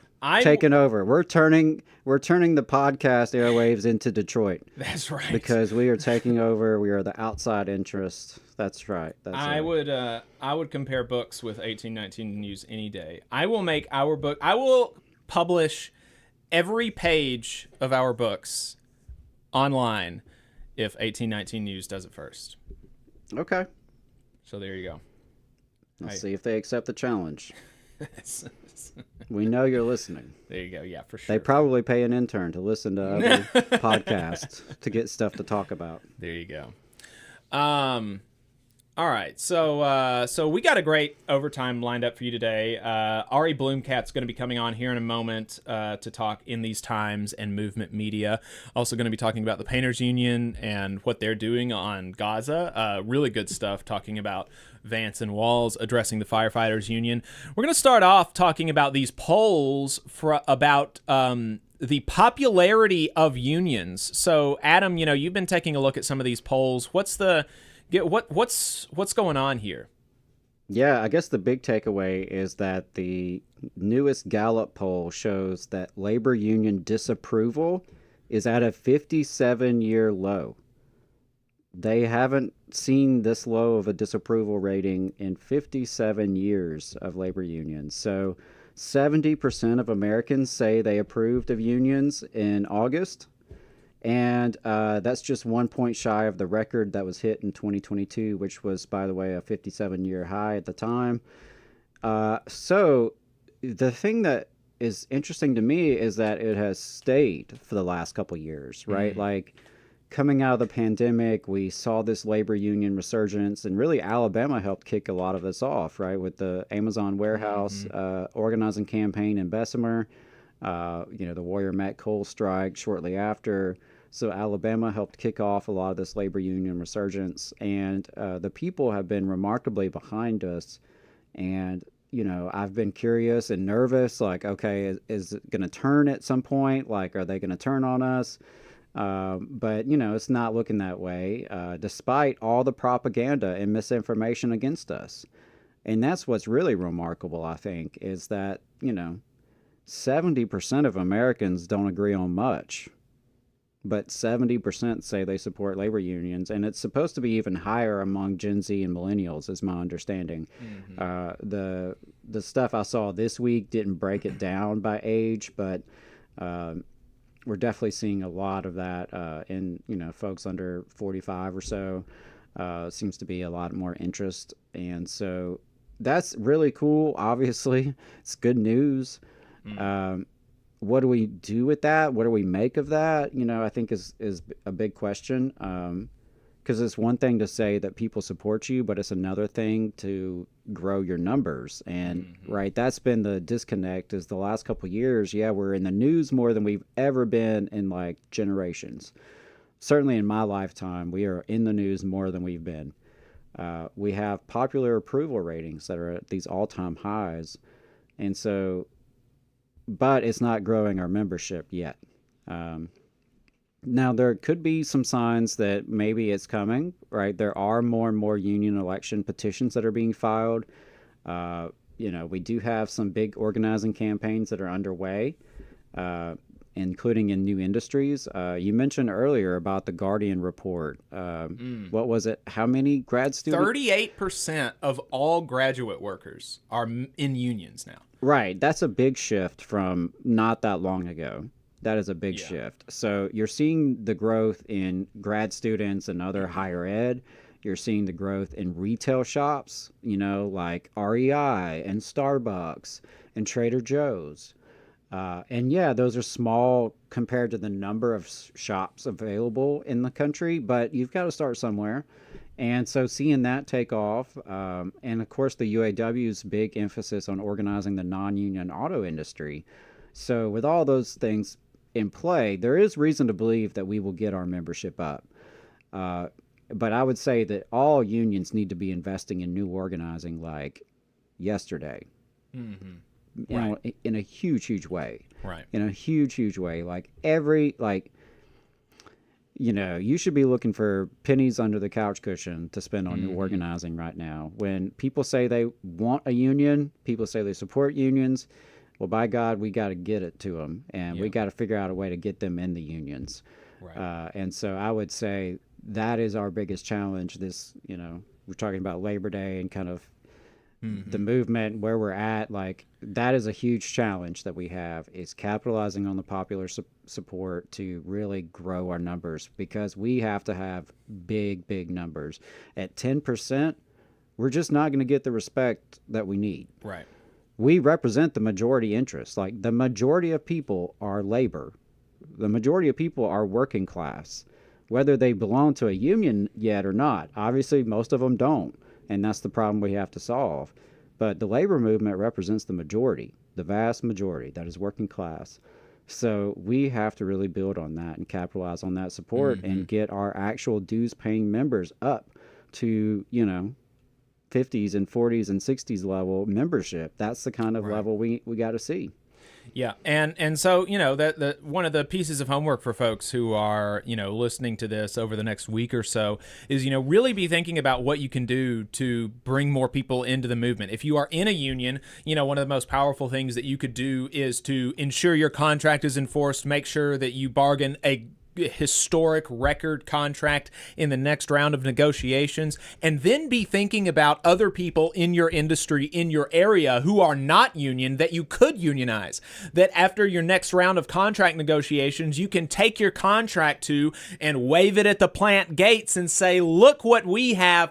Don't you want it too? You can have it if you just organize. Like we really need to be serious and think strategically and seriously about how we are going to build the movement over the next few years, because even though it's great to have these high popularity ratings and say more people approve of unions today than approve of hot dogs, right? I mean, that's just kind of an astounding fact that is true, but it is not, as Jose in the chat points out, importantly, it is not meaningful if those people who approve of unions do not join a union or they do not participate in their union. We can have people, you have these statistics all the time, particularly around guns. Something like 80% of people in the United States support universal background checks, but it is just not an important issue for most people. Like whether we agree or not on that issue or about guns generally, for people going into the vote, it is just not a voting issue for most people. They're not going to vote on gun control, right? And so we need to, they're not going to get activated about it mostly.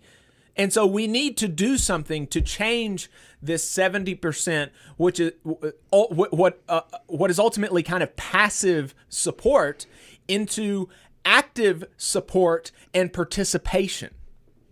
Absolutely. We have got to organize those folks. That's our base, right? If 70% of the country is with us, we have to organize that 70% and get as many as possible engaged as much as possible, getting people stepped up into leadership, getting people to do new organizing, people, to step up in their existing unions, all of that. It all has to happen.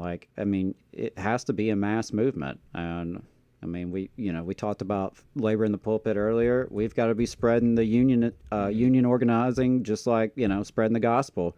And it is a good word to spread because it will win you a better life. Yeah, absolutely. Our guest is on the line now. Ari Bloomekatz is executive editor at In These Times. He was previously the managing editor of Rethinking Schools. I don't know if you knew that, Adam. I did not realize that. I'm a longtime fan of Rethinking Schools, so that's really cool. Also previously managing editor of Tickin magazines and spent several years as staff writer for the Los Angeles Times. You can follow him on Twitter at Bloomekatz, Bloomekatz. Ari, welcome to the program. Hey, thanks so much for having me on. Great to see you all this morning. Glad to have you on. Been trying to get you on for a long time, and one or the other of us has had something come up, so appreciate you taking the time. Glad we could make it happen. And yeah, so I guess, since I just read that and it kind of clicked, I'm interested in your time at Rethinking Schools before we kind of get into what we were planning to talk about. What were you doing there, and what made you want to work at an organization focusing on, education? Well, thanks so much for asking. Rethinking Schools is a really special publication. It really focuses a lot on sort of like, a Freirean Marxist model of education and the importance of public education as fueling revolution and change. And, I was managing editor over there, and, really, really great folks. We're doing a mix of, writing and developing curriculum, along with, working with lots of teachers on, improving their own writing and writing for the first time for publication, and, various things like that. And we put out a lot of books together too. So one of the main projects I worked on there was a project called Teaching for Black Lives, which is a book that emerged out of the movement for Black Lives, and I was honored to be production editor on that book, along with Waynao, Jesse Hagopian, and Diane Watson, who were the editors on the book there. And Rethinking Schools has been around for quite a long time as well, several decades, and just really doing incredible work, but also struggling with a lot of the things in our industry right now, and particularly in left media. Right. Well, and that's a good transition to talking about some of this, some of the stuff we had planned, left media and movement media, and we can start with In These Times, where you are currently the executive editor. Just give us a rundown on the magazine and the media project itself. In These Times, what is it? How long has it been around? What are some of the things it focuses on? Stuff like that. Yeah, so In These Times was, started in 1976, and so we're coming up on almost 50 years now. And if you look at the sort of like initial prospectus for In These Times, what you saw was a, sort of folks positing a really, explicitly socialist publication. It was, going to be a weekly newspaper. It was modeled after Appeal to Reason. In a lot of ways, and was seen as growth out of Appeal to Reason. And, a reminder for folks, Appeal to Reason at some point had, like 400,000, 500,000 subscribers, or something like that, a really sort of like monumental force in storytelling and socialist storytelling. And so In These Times, emerged out of that. James Weinstein was, looked at in a lot of ways as the founder, but there was a little bit broader of an organizing committee. And then, there were lots of sponsors and folks really involved in the initial launches, Julian Bond, Noam Chomsky, Barbara Ehrenreich, Barbara Garson, Earl Afari, Paul Sweezy, Carlos Munoz, and several others. And, in this like initial prospectus, they say our purpose in organizing and producing this newspaper is to identify and clarify the struggles against corporate power now multiplying in American society, to bring to explicit consciousness their implicit anti-capitalism, and to point out that a socialist democracy is a necessity for the fulfillment of the popular needs and aspirations underlying these activities. And in many ways, that's still our mission. And, we publish a lot about labor, we publish a lot about progressive politics, we publish a lot about justice movements, issues of race, and like we really focus a lot on issues of economic injustice as well. And I've been there about coming up on 2 years right now. It's been a dream of mine to work at In These Times for many years. I've been a real huge fan of the publication, and we're doing some really exciting work right now. And we have a really incredible staff that is doing just really, really excellent journalism.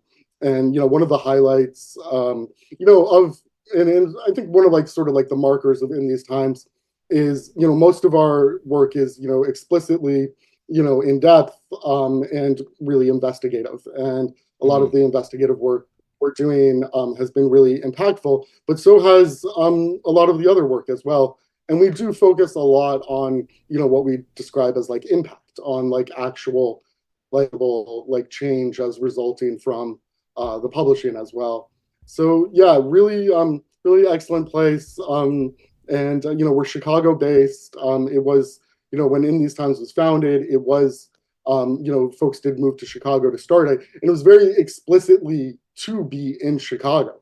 And as sort of like a counter to things on the coasts, and also to really show where like there's a sort of like a central of storytelling power in the Midwest as well, and really builds on like a long history of storytelling and radical storytelling in Chicago. And that's also a big focus of ours. We just put out a special Midwest issue, and in this Midwest issue, one of the things that we were trying to do overall was really highlight some really special dynamics happening in the Midwest around labor, around economic injustice, around progressive politics as well. But also to highlight that I think there's a bit of a news desert in the Midwest as well. And I grew up in the South, and one of the reasons I'm such a big fan of y'all's show is because of the work you're doing to highlight storytelling and news in the South as well, which I think also faces faces issues. Definitely, it does. Storytelling everywhere and real investigative stuff. And that is why I appreciate organizations and media projects like In These Times, is because that you were not kidding, and I want to underscore this for people. Like, In These Times, of course, you have takes and stuff like that, and maybe some people agree with some of the takes and some of them you don't. But there's some real investigative stuff that is really well researched and in depth, and I have done a couple of those pieces for y'all in the past, and I know that the fact-checking process is very frustrating and and precise, and you have to word things certain ways, and you really do a lot, especially in your reported pieces, but even in opinion pieces that I've written for y'all. You really do a lot to make sure that the things that you're saying in the pages of In These Times are true, and also, like you said, that there's meaning behind the investigations that In These Times conducts, and so I really recommend folks checking it out, and we'll talk about later about ways that that you can subscribe to the magazine. But it's really, really good, and lots of investigative stuff. And like you mentioned, in the South, it's pretty difficult. I think one real kind of diamond in the rough, so to speak, is McKenna Schuler at the Orlando Weekly. She regularly puts out really good reported pieces about what's going on that affects working people in Florida. And when she reports on an issue, and y'all do a similar thing, when she reports on an issue, she doesn't just give you, 8,000 adjunct professors had their union decertified in Florida. That just happened 2 weeks ago. Should be a huge story. It's not, actually. I was about to say it's a huge story, but it's not, unfortunately. But you could just leave it at that, and then she would be kind of head and shoulders already above a lot of people reporting on labor and business in the South. But then she goes back and she interviews workers who were part of the original organization of these adjunct professor unions. And she talks about some of the things that they won in their contracts that have now been revoked as a result of the decertification of their campaigns. And she just always gives a lot of context in her pieces to whatever the first story, the lead is. She always gives you a lot of context, and that's something that I appreciate about her work, and also about In These Times. And she's written for In These Times before, and so there's not enough people and places doing actual reporting. We have plenty of people giving takes and not enough people doing the reporting. And so I appreciate In These Times a lot for the work that y'all do on that front. And so let's talk about some of the reporting that you have done recently. You said that, you had a issue recently that focused specifically on the Midwest. You are also present at the DNC, covering in particular the protests, but also stuff that was happening inside of the DNC, and talking about the unions and their relationship to what's going on in Israel and with Gaza. And so I'm interested in what are some of the stories that you would like to highlight to our listeners so that they can go back and read it. Yeah, definitely. Well, first off, McKenna I am so grateful for McKenna and work that McKenna's doing. And also, Hamilton Nolan is in Florida now, but also, does some writing about Florida. He's from there and really doing incredible work. And, I think if it weren't for McKenna, I think a lot of issues involving working people in Florida don't get surfaced. At all. And so McKenna's just, really special in a lot of ways. And I also think, Jacob, the last piece that you wrote for us also, I think, is a really good example of what we do and what we're about. Right? You went to this, really important, town and told the story of what happens when, there's a real big factory closure in the town, but also about all of the underlying dynamics that caused it, right? And at the end of the day, one of the dynamics you pointed out that was so critical and important was these huge issues of capital that were getting moved or not moved, and that resulted in these closures over here, and really in many ways the destruction of a town and people's way of life and people's livelihoods. And this is a really, really special work. So, the Midwest issue for me was a really special issue, and in a lot of ways, and there are a number of like different articles about it. One of the ones that we're highlighting, this weekend, because it's also the same weekend as the Socialism Conference in Chicago right now, is an article that was written by one of our senior editor, Miles Kampf-Lawson, actually about the history of socialism in the Midwest as well, and sort of like where dynamics are around socialism in the Midwest right now as well. One of my favorite pieces was an article by Sarah Jaffe in the issue as well. And Sarah's been writing and covering issues in Minnesota, as well as, across the country and internationally as well for such a long time. But, she has like particular expertise in Minnesota as well. And Sarah tells the story of basically how power has been building in Minnesota over, the last, like several years and even more, right? And what Sarah does like so incredibly in this piece is that she really looks at how the relationship between like labor organizing and justice movements is really sort of like what is actually building power and really also affecting sort of like the electoral like margins there like as well. But really it's about, Sarah writes a lot about power and about how people like get power, how people are being like withheld power and all these various things. And what is happening in Minnesota is really special with labor, and Sarah's been writing a few articles about it. And in many ways, it kind of comes down to what's like a little bit of like a tagline, and could almost be looked at as like cheesy in some ways, but it's really not, because people really mean it, which is this tagline of we are like stronger when we build together. We are stronger when we're together. And that's actually, it's something, that's a saying that a lot of people, pay lip service to, around the country.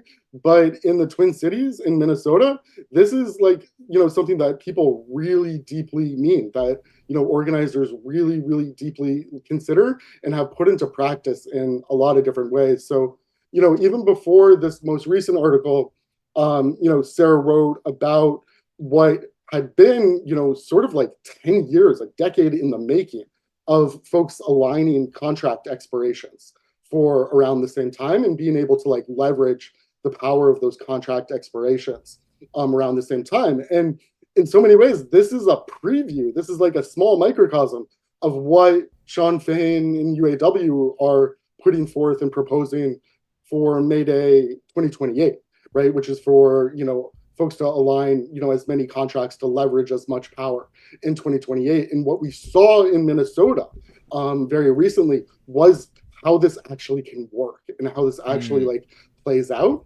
And then Sarah's follow-up article here like really delves more into how power is built in Minnesota as well. So, I thought that article was really special. There was another article by Iman Abdulhadi about Michigan and about how the uncommitted movement sprouted out of Michigan, but really what was behind that, and really about the building of progressive power in Michigan on a number of different levels that sort of like sowed the ground for, such campaign to happen and to take place and to really have a monumental impact on, 2024 and where we're going here.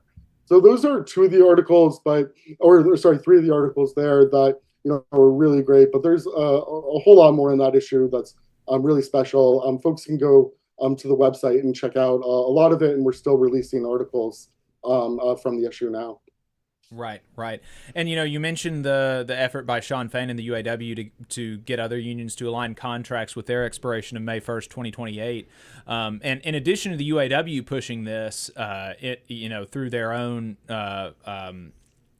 connections with other unions, there is a collection of central labor councils and state federations that are also pushing for resolutions endorsing Sean Fain's call, independently of the UAW, but endorsing Sean Fain's call to align contracts. If anybody's listening that is a part of a CLC, Central Labor Council or state federation, and you didn't know this, that's weird, because our labor council was actually the first. Our labor council was the first to pass this resolution. So I'm very proud of that.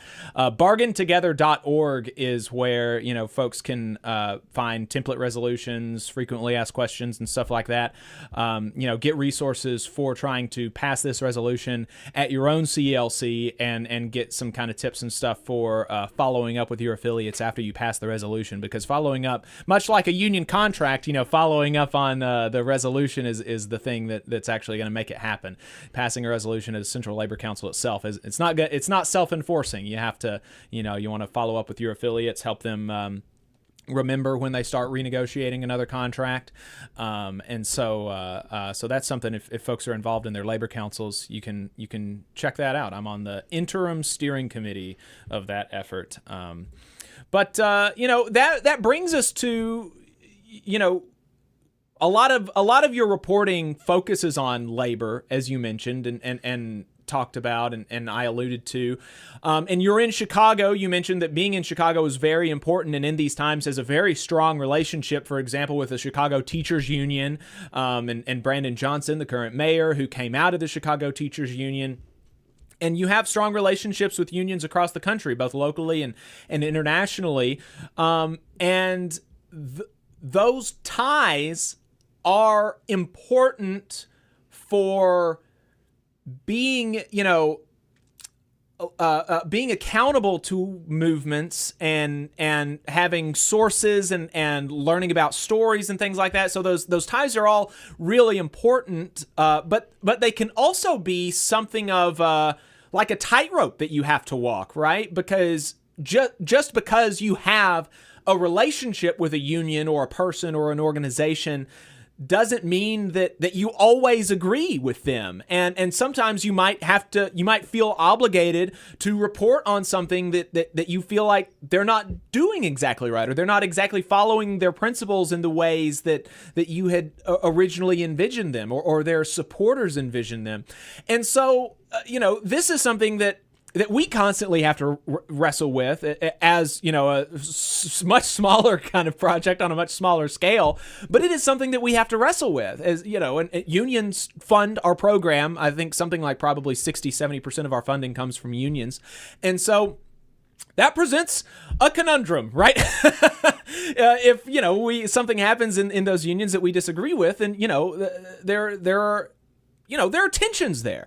And so as the executive editor of In These Times, how do you wrestle with those tensions, in cooperation with your staff and your partners at In These Times? How do you wrestle with those tensions? Yeah, that's a great question.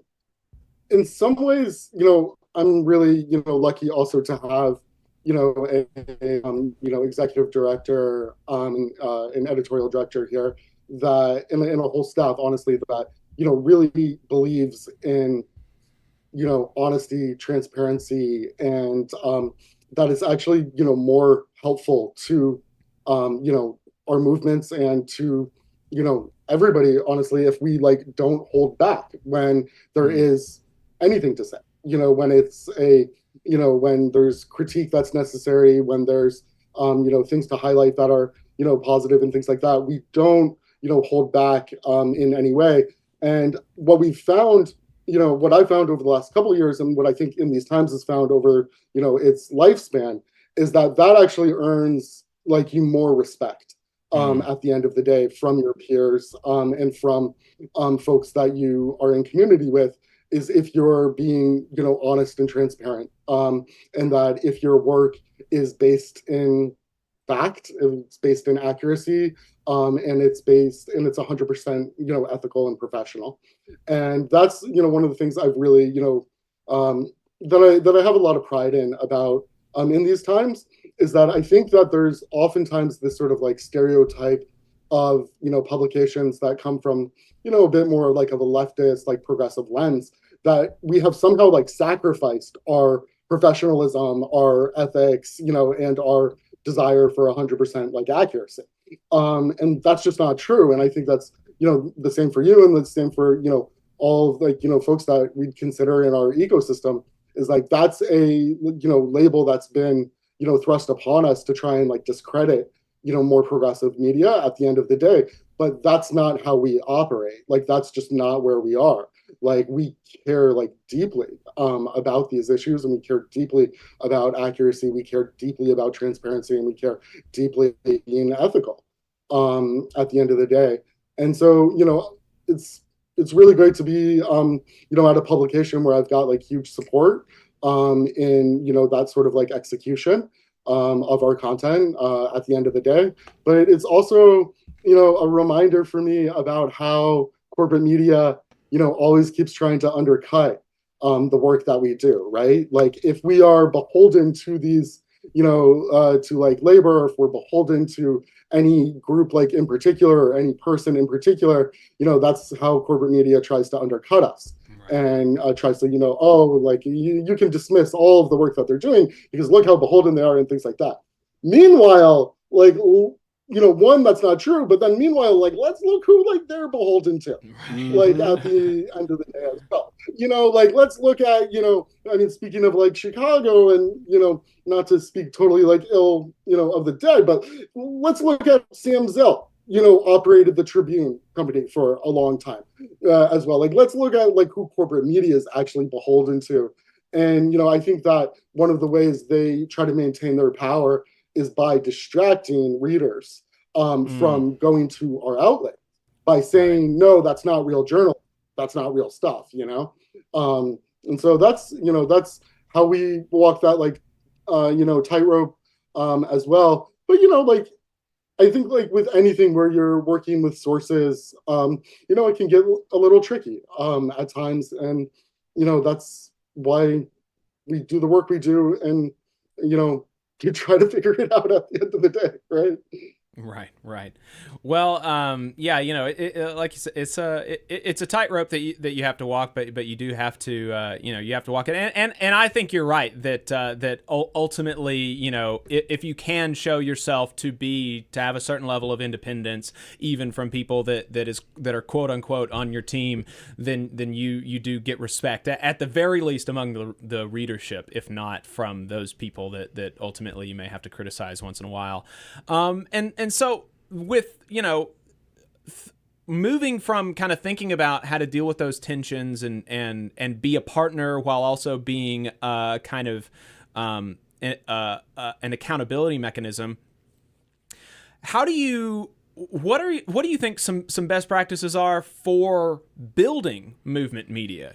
Thinking like very selfishly for a second, I mean, we have things that we would like to do that we are constantly hamstrung by our budget on, I mean, we can't, there's just a lot of things that we can't do that we would love to do that I think that folks in Alabama and the South deserve that we're just not able to do. And a lot of, I mean, probably basically every progressive left-wing movement media organization has things like that they feel like they would love to be able to do, but they don't have the funding or the capacity or the partnerships to be able to actually execute. And so to be able to do that, you have to grow, you have to build, you have to sometimes partner with people. So what are some of those best practices for doing that work of building media that is, a partner to movements and it can be used as an organizing tool for movements? Yeah, so I mean, I think you hit, on something, really special, like towards the end there too, which is like, if we're like organizing, right? And do we see journalism and storytelling as inherently an organizing project? And my, assertion is that yes, like storytelling is inherently an organizing project, no matter sort of like the level of, or type of like storytelling that you're doing. You don't tell stories to tell stories alone, right? You don't tell stories in, a echo chamber. You don't tell stories like in a vacuum. You tell stories because you want to be organizing folks. And if you're thinking about, journalism and storytelling from that like organizing perspective, when we don't have the resources that a lot of corporate media has, or other outlets might have, right? Then it's like, okay, so how can we organize to actually still assert and do like the level of storytelling that we want to do?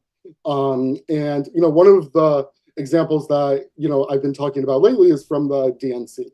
And during the DNC, in these times, partnered up with the Real News to produce a daily, DNC newsletter for like readers that really brought like a roundup of left media. And even though it was in these times and the Real News that were doing a lot of it, we were really actually like in partnership with a lot of different organizations like around it. So we were in partnership and working with Truth Out. We talked with The Nation about a lot of different stuff, Jacobin as well. And Counterpunch, a lot of different outlets were like involved in sort of the creation and execution of this newsletter and in the content of the newsletter. We shared resources on photographers on the ground.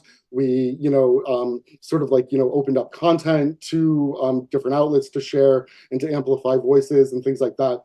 And the way that I thought about this, and when we were sort of like conceiving of this project in particular, the way I was thinking about it was like, how are we going to basically build power and assert power as independent media at the DNC?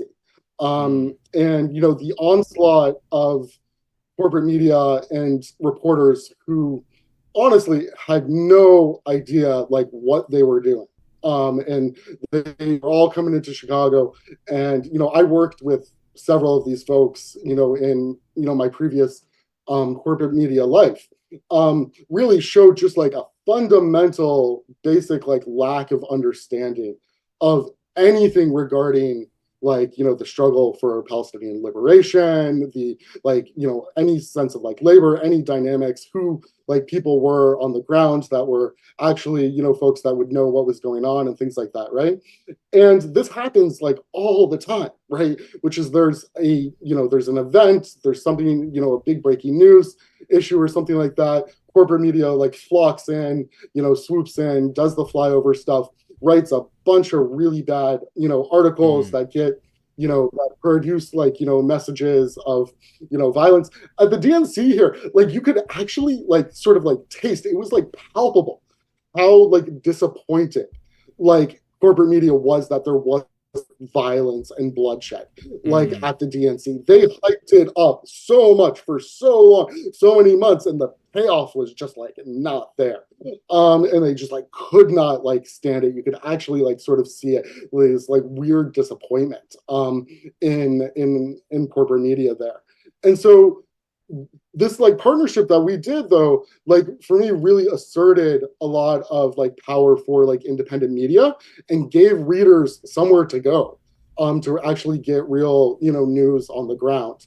And I'm really proud of that project. And, we just launched and we're part of this Movement Media Alliance that just launched recently as well. And that's like sort of taking some of the similar like philosophy there and then, looking at it much larger.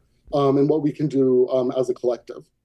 Yeah, what are some of the things that the Movement Media Alliance would like to do? And I guess who are some other people that are a part? You have some of the same names that you mentioned already that are part of this alliance. But what are the goals of the Movement Media Alliance, and what does it mean, like kind of materially for the organizations that are a part? Yeah, so. Maya Schwenmore and Laura Witt. Maya's with Truth Out, Laura's with Prism, published an op-ed recently about the launch of Movement Media Alliance that I thought was really special. And some of the other organizations in there include like Convergence, Waging Nonviolence, Scalawag, Baltimore Beats, The Forge, Haymarket Books is also part of it, and several other folks as well. And, the way that I've been thinking about it also is that one of the reasons that I think we, as, sort of a progressive media ecosystem struggle is because we are literally atomized, like from each other all of the time. We are like actually like separated. And some of this I think is a real result of how corporate media has done, and I think, Gannett is, a real big player in this, like has come in to sort of like dominate markets and then starve those markets. at the end of the day of like information, right? And so like we have this like sort of like corporate media like takeover, pushing out of journalists, like really like sort of like doing like major cuts and things like that. And then you have these like huge like swaths of the nation, right, that are actually like really lacking in like a lot of like, you know, honest and real storytelling at the end of the day. And so all of our projects have sort of like popped up, right, over, you know, the last, you know, 50, 60 years. And so to try and like, you know, meet like readers like where with the information that they need, right? We've sort of like been created as like a bit of an atomized ecosystem at the end of the day. And one of the things that I've been thinking about a lot is about power and about how, you know, the corporate media, I think, loves that we're not all unified and like working together in a lot of ways, right? They love that like our budgets are all, you know, like separated at the end of the day, that we're all like not necessarily like working in, you know, larger newsrooms together and things like that. And I think there is like, you have to sort of like balance that with like a combination of like how deeply important it is for there to be community journalism and community centered like journalism at the end of the day, and to have outlets that really like speak directly to not only like local communities, but also like, you know, particular groupings and things like that. And so I think like what the Movement Media Alliance is trying to do is like balance two things, right? Is balance the need for like really community centered reporting in a lot of places, and then also how we can like build like more like power like together. And, you know, some of that is around resources, right? Is around like how we like all, you know, like pay for, you know, various things, you know, benefits, but also like how we all pay for different services and things like that. You know, one of the conversations I was having with Truth Out, you know, recently was, you know, they have like, you know, illustrators on staff, right? We don't have illustrators on staff like here, right? Are there ways that like we can work together to like share resources there? You know, there are things, you know, the Real News like specializes in a lot of video and audio work, right? That's not like something that we, you know, do a ton of. So are there ways that we can work together there? And all of our, you know, groupings in this Movement Media Alliance, people really do have real expertise in different areas with, you know, different, you know, things. And so it's about we sort of like leverage like each other's like work and brilliance and genius at the end of the day. I've been thinking through something that, you know, there are like two other union radio programs that do kind of similar work to us, one in Pennsylvania and one in Ohio.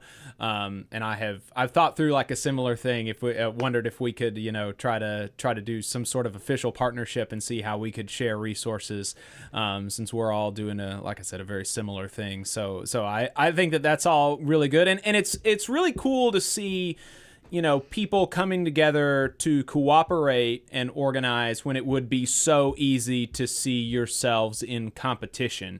You know, like, oh, if somebody reads in these times, maybe, you know, if they read this in these Times article, maybe they're not reading this Truth Out article. Or if they watch this Real News video, maybe they're not going to listen to this Jacobin podcast or something like that.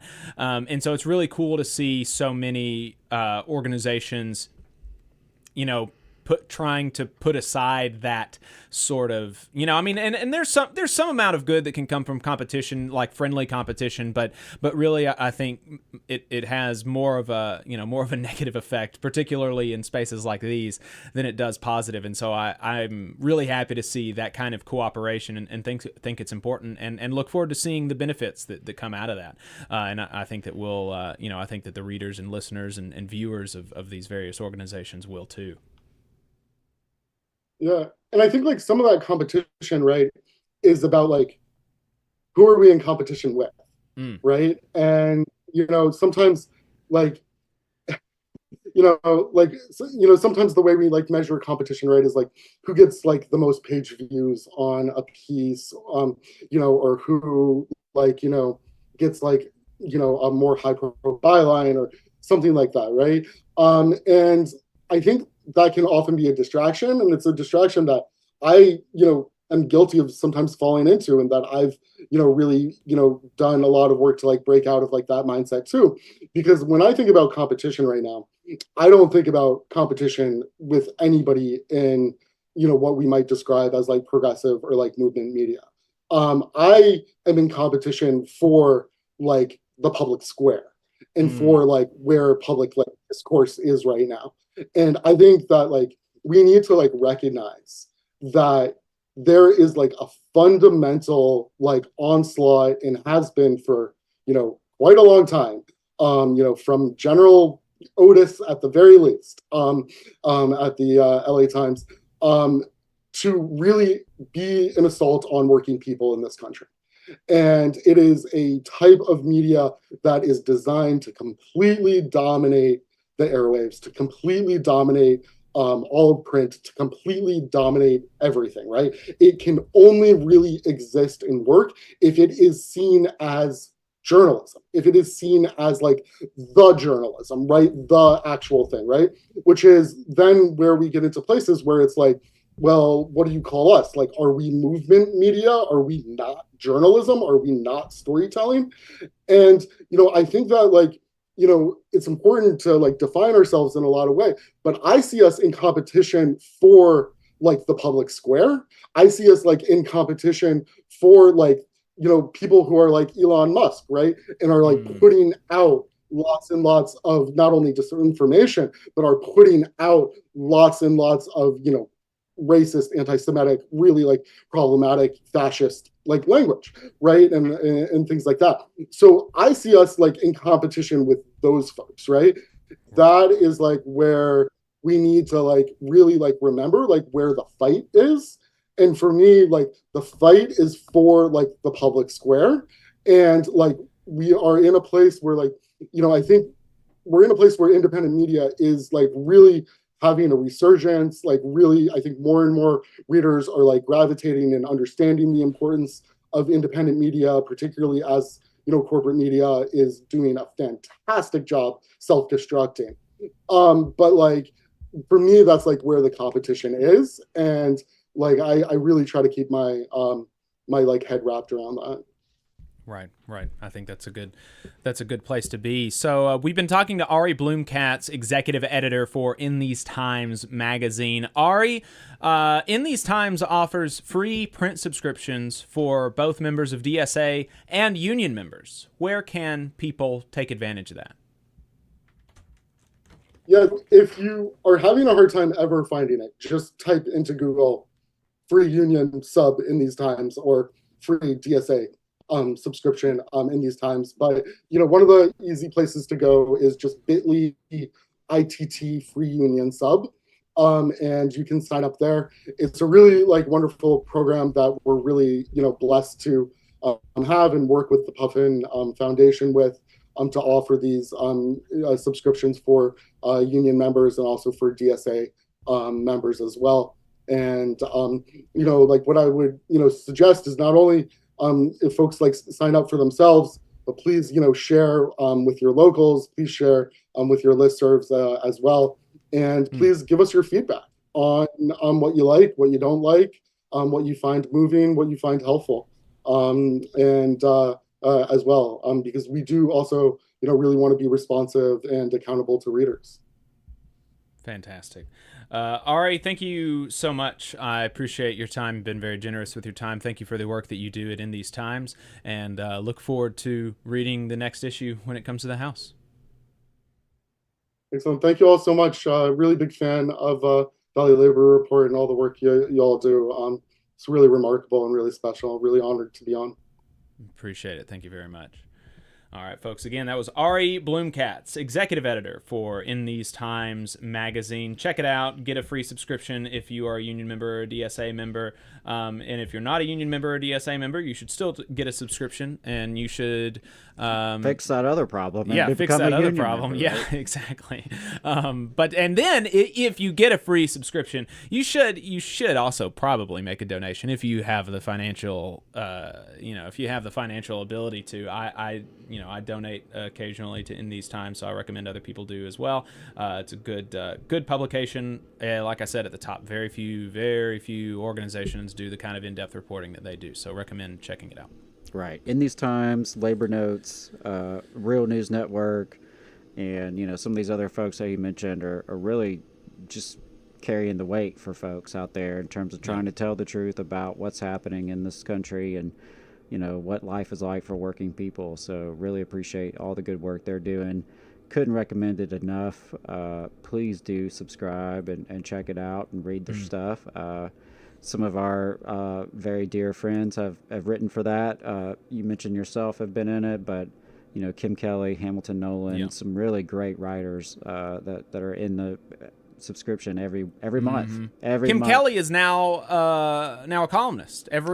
She has, it's a regular thing. I don't know how often, but she's a regular columnist now for In These Times, and she wrote a big expose on black lung for them. And I read so much news that it's not common at all that I get like emotional reading something.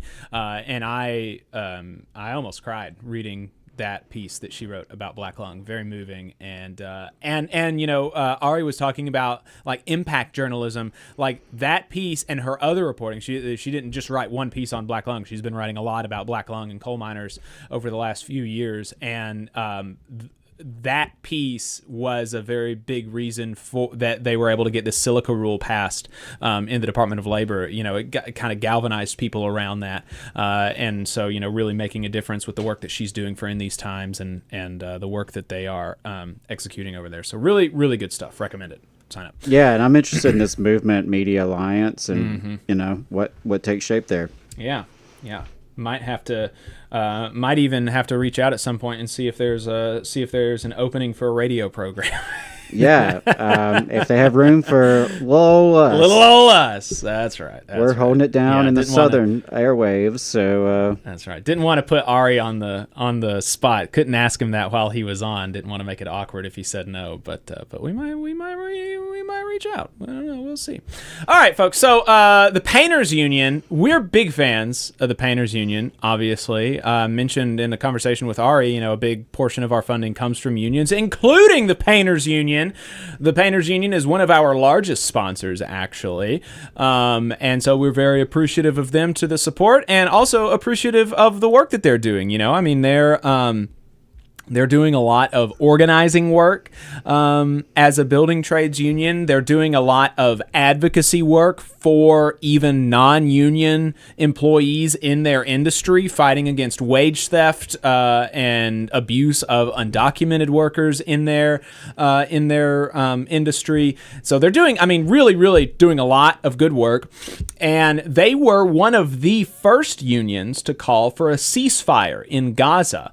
And they are now one of 7 unions representing almost half of the United States' union members to call for a complete end to arming Israel until ceasefire is achieved, which is really, there's all this language about the Biden-Harris administration working tirelessly for a ceasefire despite being willing to use no leverage. It's just difficult it's really difficult to kind of buy these statements about I'm working tirelessly when you're not actually utilizing the levers of power that you have to make this happen. Who knows, maybe if it's even true that they're working so hard to do this, but they're just refusing to do the actual thing that would make it happen. And you don't get points for being needlessly tedious in your tasks, right? If I want to dig a hole big enough for a in-ground swimming pool, and I have a backhoe behind me, but I want to dig it out by hand so I can say I'm working tirelessly. It's like, well, you can do that, maybe, but you don't get extra points for it, and it doesn't make it happen. Actually, it doesn't make it happen, and it certainly doesn't make it happen as fast as if you just use the tool that you have sitting right behind you, the backhoe, to actually dig the hole. That's where we are with the ceasefire in Gaza as it relates to arming Israel. Maybe they're having like conversations every single day with the Israeli government, but if they're not, We're the ones funding Israel. So if you just stop doing that, that creates a huge incentive for the Israeli government to stop what's happening. And so the Painters Union has been very courageous in their advocacy for Palestinian people and their dignity and everything. And so General President Jimmy Williams spoke at their convention, which wrapped up last week, about their work on on this issue and why he thinks it's important to be active on this issue. And so let's play this clip from Brother Jimmy. There isn't another union in the building trades that hasn't called for a ceasefire like this union has, number one. Number two, we have called on the federal government to stop funding the genocide.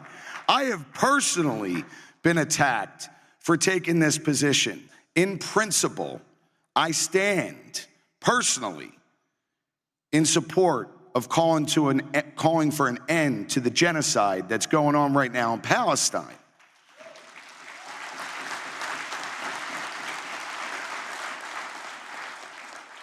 The investment world and the investment community is messy. We are working really, really hard at the International Pension Fund on coming up with a more responsible investment policy when it comes to our investments, which is your money, to make sure that we don't fund our self-destruction. This union does not support what is going on in Gaza. These things are messy, and I'm the last person that should be talking about foreign policy. But I'm going to tell you this much. I don't want Donald Trump's hands on the nuclear weapons of this country, and we're not going to back down.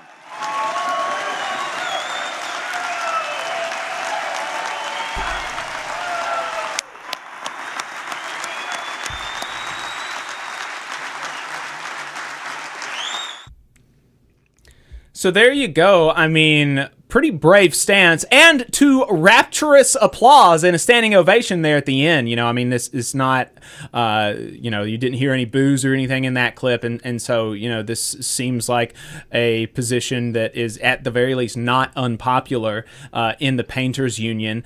And even going that step further and hinting at that they're looking at divesting their pensions from what's going on in Israel. And the way that he worded it, to make sure that we're not funding our own self-destruction, made it seem like there was going to be potentially a broader look at pension investments by the Painters Union, because there have been a lot of pieces, maybe even in these times has reported on it.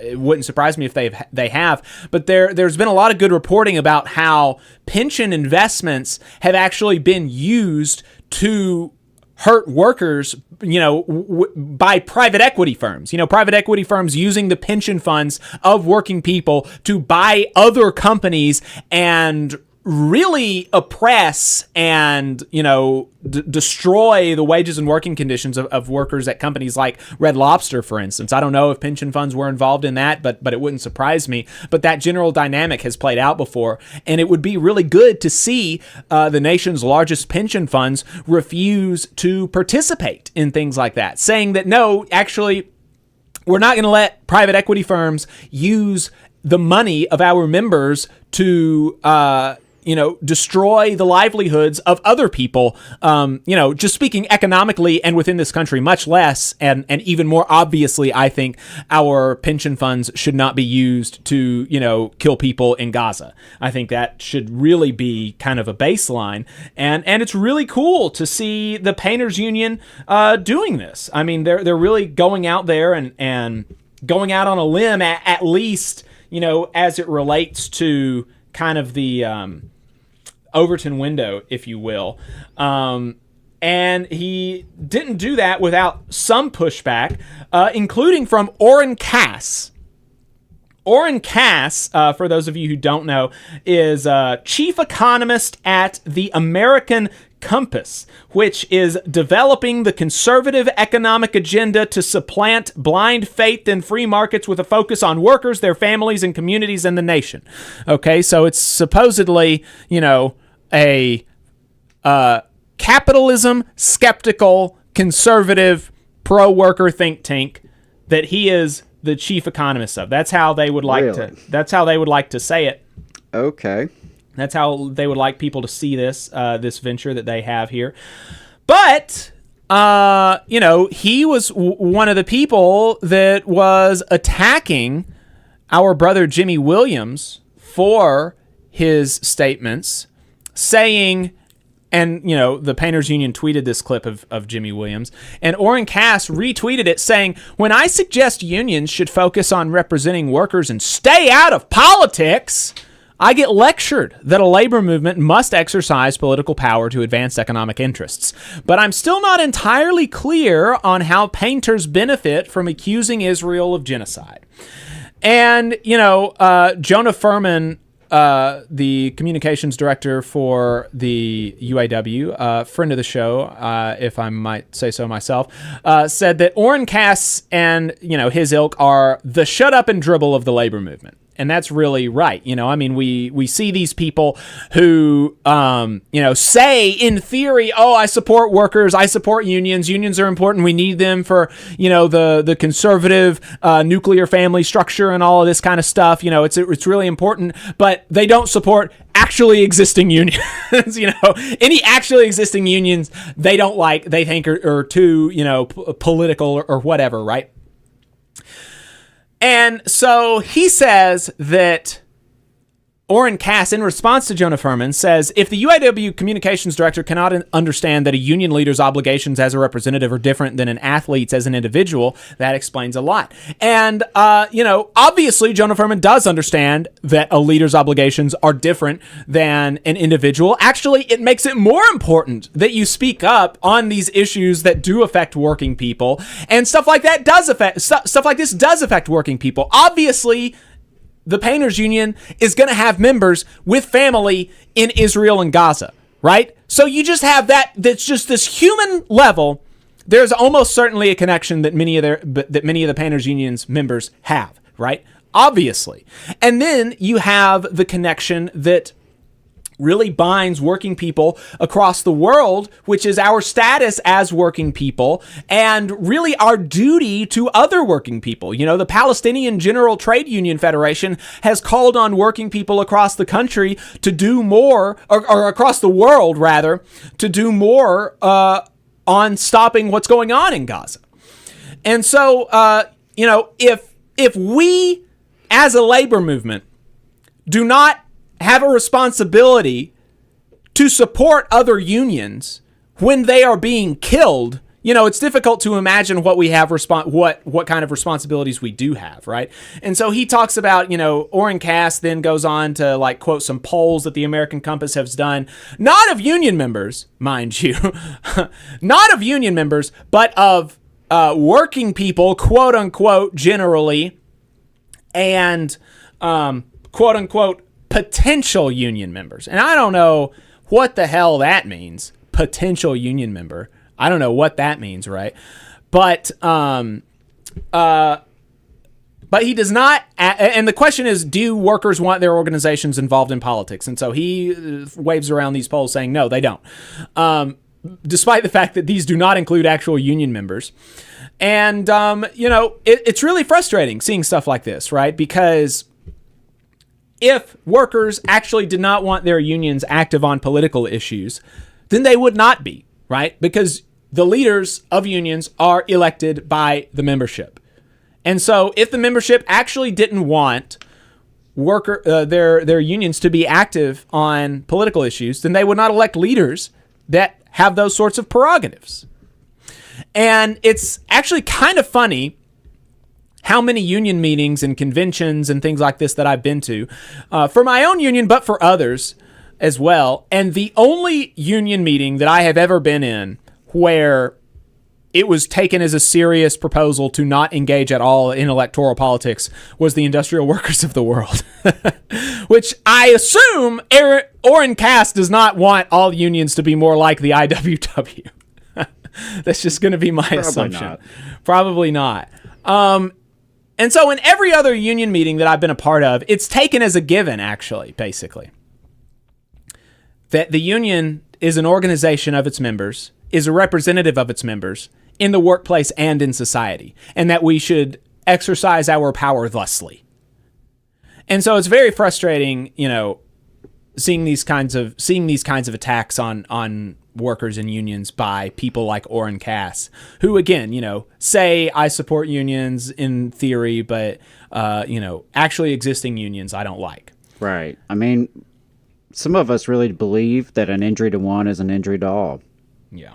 We really believe that, and that's the spirit in which we stand with the Palestinian people, because they have endured more than any people should, and we stand in solidarity with them. And again, an injury to one is an injury to all. We take that seriously. You mentioned earlier the Palestinian unions have already called for solidarity and have requested solidarity.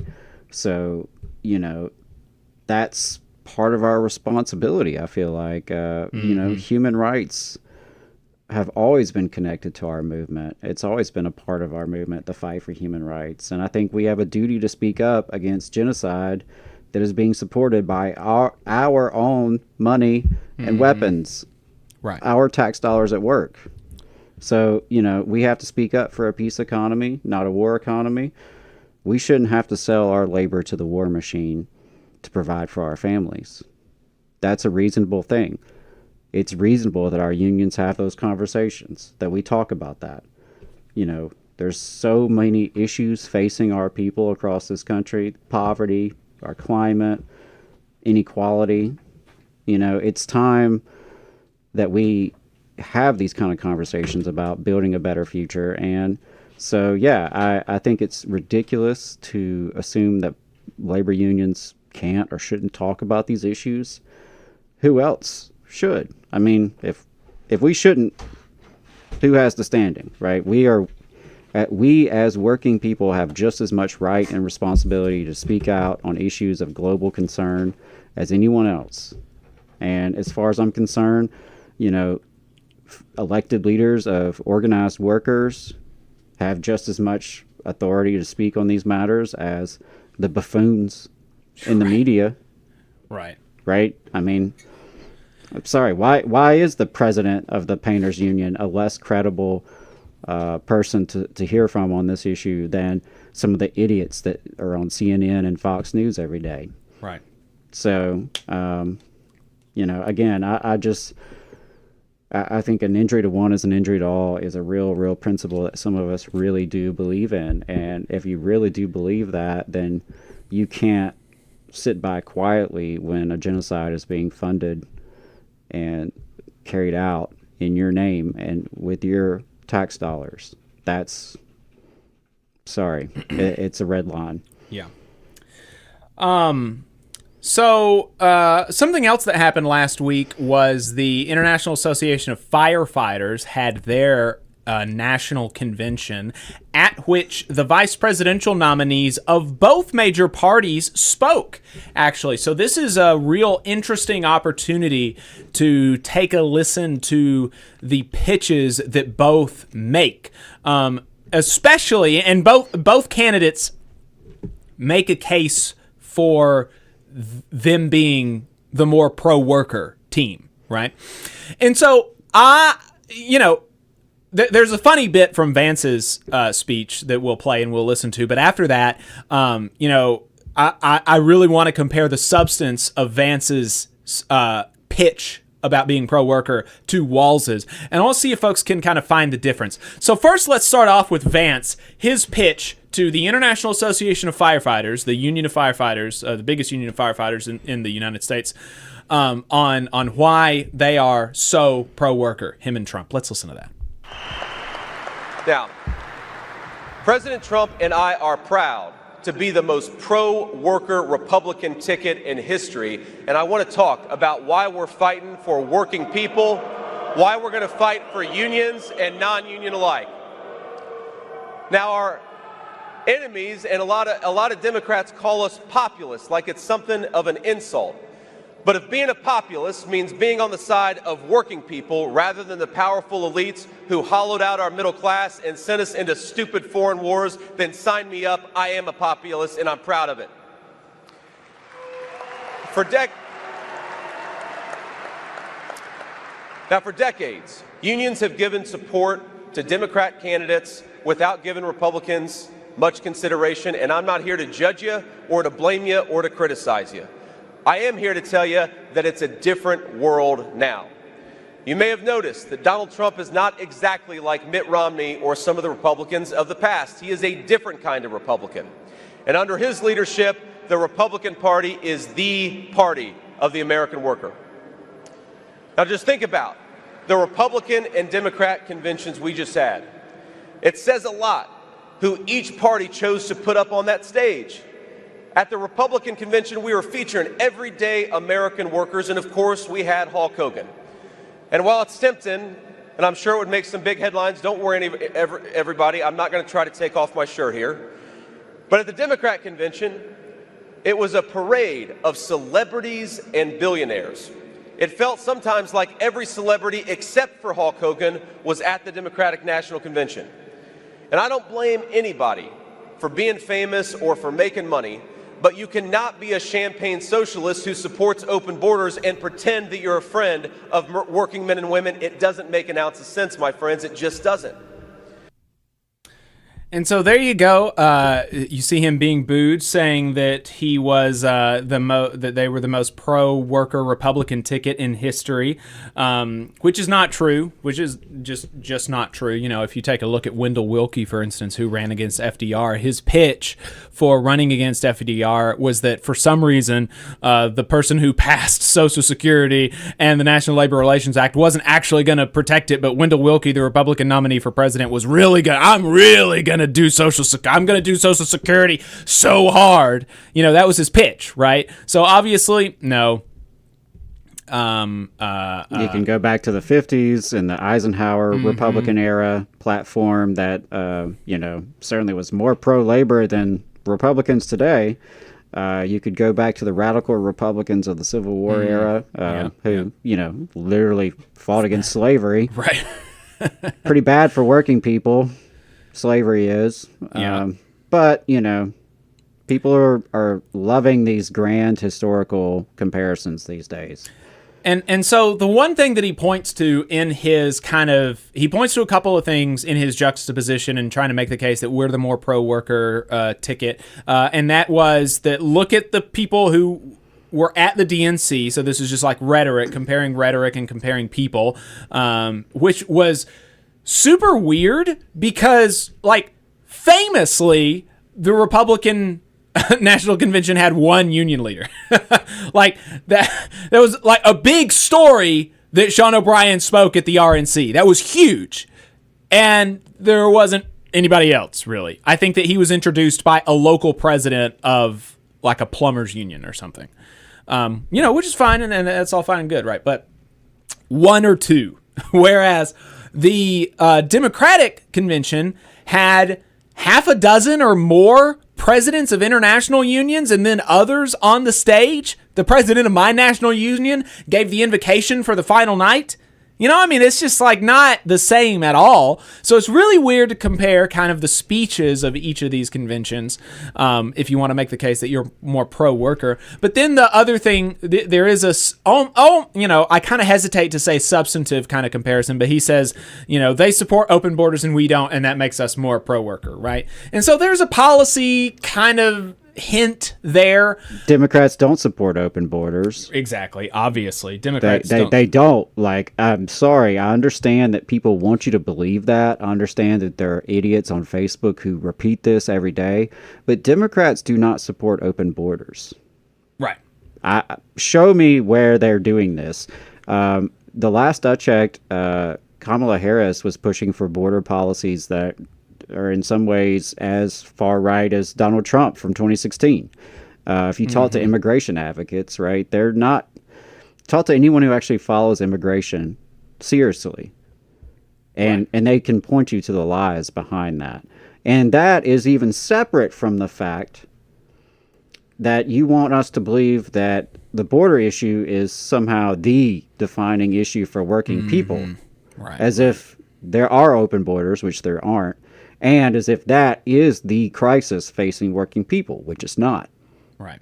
So. And that's we talked about, there was a debate that Sohrab Ahmari and Hamilton Nolan had on, what is it, Behind the News or something with Doug Henwood about this, and how, Hamilton Nolan pointed out that anytime a conservative or Republican goes on about how they're so pro-worker, the only policies that they point to are trade and immigration. And so Vance, again, living up to exactly the kind of stuff that we see there from pro-worker, quote-unquote, conservatives and Republicans.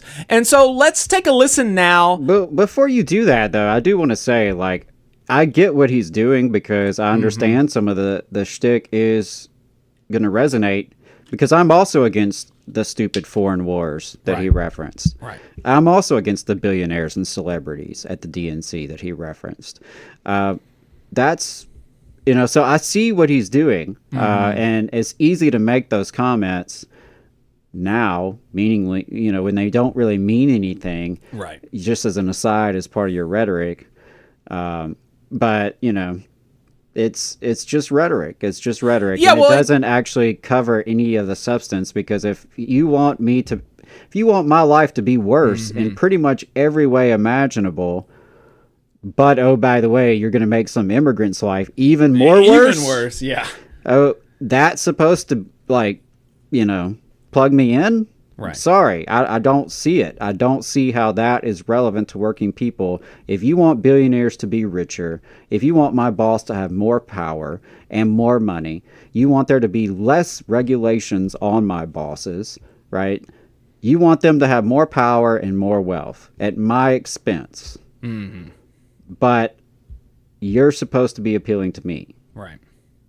Yeah, and then even on the trade and the outsourcing stuff, let's actually look at Donald Trump's record. His final year in office, right here in Gadsden, Alabama, a Goodyear plant that employed hundreds of workers closed and outsourced their production to Mexico. In Alabama, one of the most Trump voting states in the country, he allowed hundreds of jobs to move to Mexico without so much as a tweet from Donald Trump, despite the best efforts of the United Steelworkers to appeal to the Trump administration. Right? And so it's just so gross. It's so frustrating. And so let's listen to Walz and take a listen, actually, the stuff that he says, the things that he says as a supporting argument for why his ticket is pro-worker. And I think the things that Walz points out versus the thing that Vance points out, I think just kind of the type of thing that each person is pointing to is interesting. So let's listen to Tim Walz. Look, this is the time of year that talk is cheap. But that's why Vice President Harris is proudly part of the most pro-labor administration in history, unafraid to walk picket lines with workers demanding better pay and conditions. And that's why she rescued pensions of more than 1 million of our union sisters and brothers, workers and retirees, and insisted that prevailing wage jobs spring from federal investments. It's your construction brothers and sisters know that one. It's that same spirit that animated my fight for labor in Minnesota. As governor, I signed one of the biggest packages of pro-worker policies in history into law, making it easier for workers to form unions, strengthening worker protections, and banning captive audience meetings.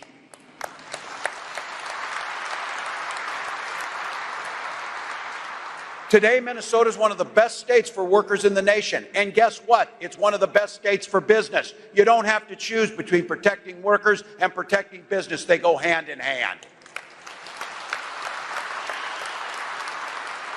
That's Vice President's and my vision for the entire country. Donald Trump and JD Vance, they have something a little different in mind. The only thing these guys know about working people is how to take advantage of them, how to not pay them. Every single chance they've gotten, they've waged a war on workers and the ability to collectively bargain. When it comes to so-called right-to-work laws that deprive unions of funds they need, Donald Trump has said he supports right to work 100%. Everybody in this room knows right to work means right to work for less, right to work more dangerously, right to work for no pensions. It doesn't mean the ability to collectively bargain to fight with the dignity that work brings to each and every one of us.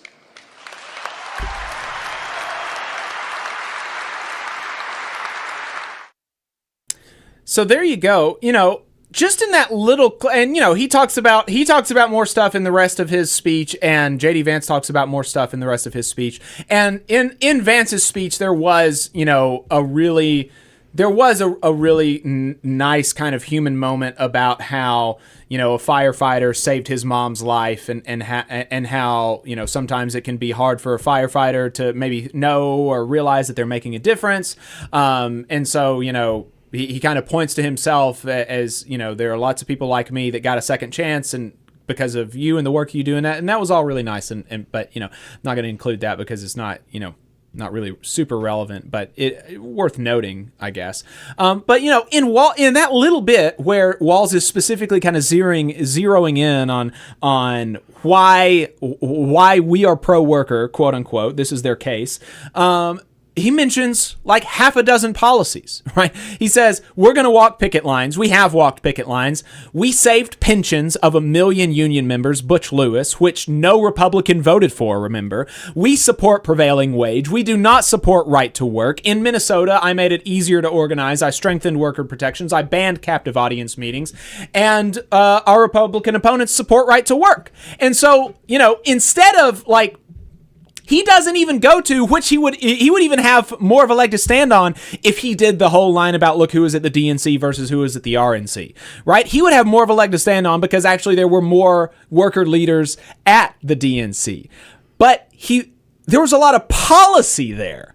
And I think that's interesting that the case that, that Vance tried to make to these firefighters was around rhetoric and looks, where Walls was around policy and substance. And I think that's, that's worth taking note of. We are just at time now, but I want to do this clip really, really quick on to let y'all know a little bit about what's going on with the UAW at Stellantis. Stellantis has been having a lot of problems in the American market. Their car sales have been down, even as sales for Ford and GM are up. So this is kind of a Stellantis unique issue, the market issues that Stellantis is having. Additionally, there was an employee of Stellantis from Belvidere, Illinois, who was killed in industrial accident in Toledo, Ohio, Antonio Gaston. And, and they use that as a point for, emphasizing the importance of reopening Belvidere. And so Stellantis is trying to, I shouldn't even say they're trying to walk back. They have said, we're not going to reopen Belvidere in 2027 like we promised. We're not going to do it. That's their official position right now. So they're not even like being coy about it or like maybe we will, maybe we won't. They're saying we're not going to do this. And so the UAW has begun the grievance process, at the end of which they assert they have a right to strike based on the contract, and they're threatening. They're not being shy about saying we will utilize our right to strike if this is not resolved before the end of the grievance procedure. They are also calling on the CEO of Stellantis, Carlos Tavares, I think is his name, to resign. He is the highest paid automotive executive, second to Elon Musk. He is paid more than the CEO of Ford and GM, despite Ford and GM being in better financial situations than Stellantis. And so that's just a really bizarre state of affairs. But here is Sean Fain at a meeting about this Belvidere issue and some of the next steps for the UAW. Let's listen to this clip. Here in Belvidere, we showed what Walter Reuther used to say, what he defined, the definition of real power, is when you make a company say yes when they want to say no. We got a commitment, a promise from Stellantis to reopen this plant in the life of this contract. Our contract fight was also a defining moment for these companies. They were forced to face the question, how's management going to react now that the American auto worker is waking up and standing up? And they fought us tooth and nail, but they saw that when we organized in solidarity and we didn't let up, that they had to come to the table and take care of our demands. And UAW family, It's time to tap into that spirit once again. For too long in our union, we've let these companies define our future. We've let them set the narrative of the so-called greedy auto worker. You know, every time there's an issue, they blame the workers. And we know damn good and well the workers are not the problem with this company or any other company.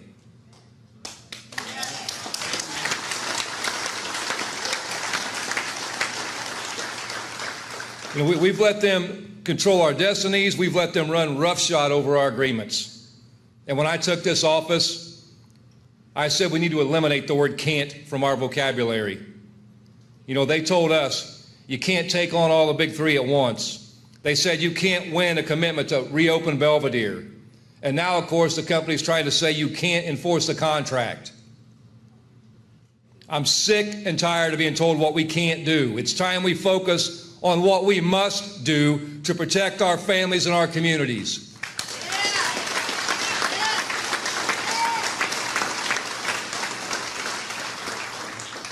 And we're done in the days of this union of every man for himself, every plant for themselves. That's the old way of doing things. You know, I've sat here for years as a member of this council, and I've watched multiple plants close year after year, and other plants sit back and say, well, it doesn't affect me. Everything that happens to any plant anywhere affects us.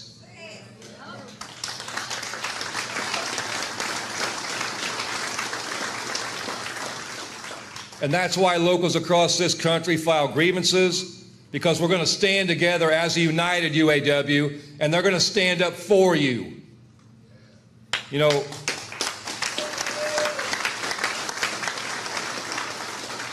one of my favorite quotes by Dr. King is, you know, an injustice anywhere is a threat to justice everywhere. And it's no different in our movement. We have to apply that mindset to the UAW and the entire working class. You know, in our best, we stand up for each other.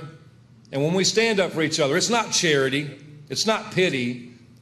You know, it's sacrifice, and it's what we call solidarity. It's standing in solidarity with one another. That is what the union's about. That's our power.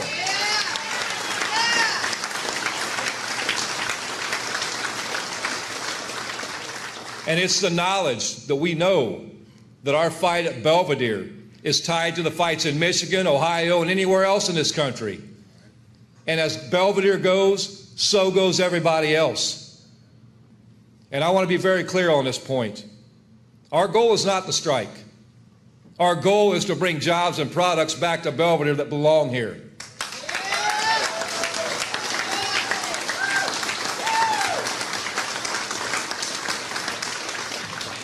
But if we have to strike to make that happen, you can be damn good and well sure we're going to do it.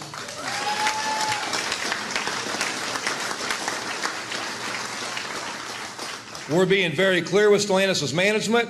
We have filed these grievances, and we are ready to resolve them. So my message to Carlos Tavares is you better step up, or the UAW is going to stand up.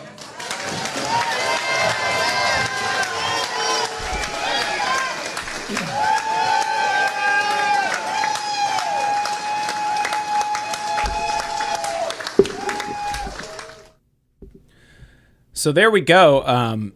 You know, being really explicit about what needs to happen at Stellantis to avoid a strike.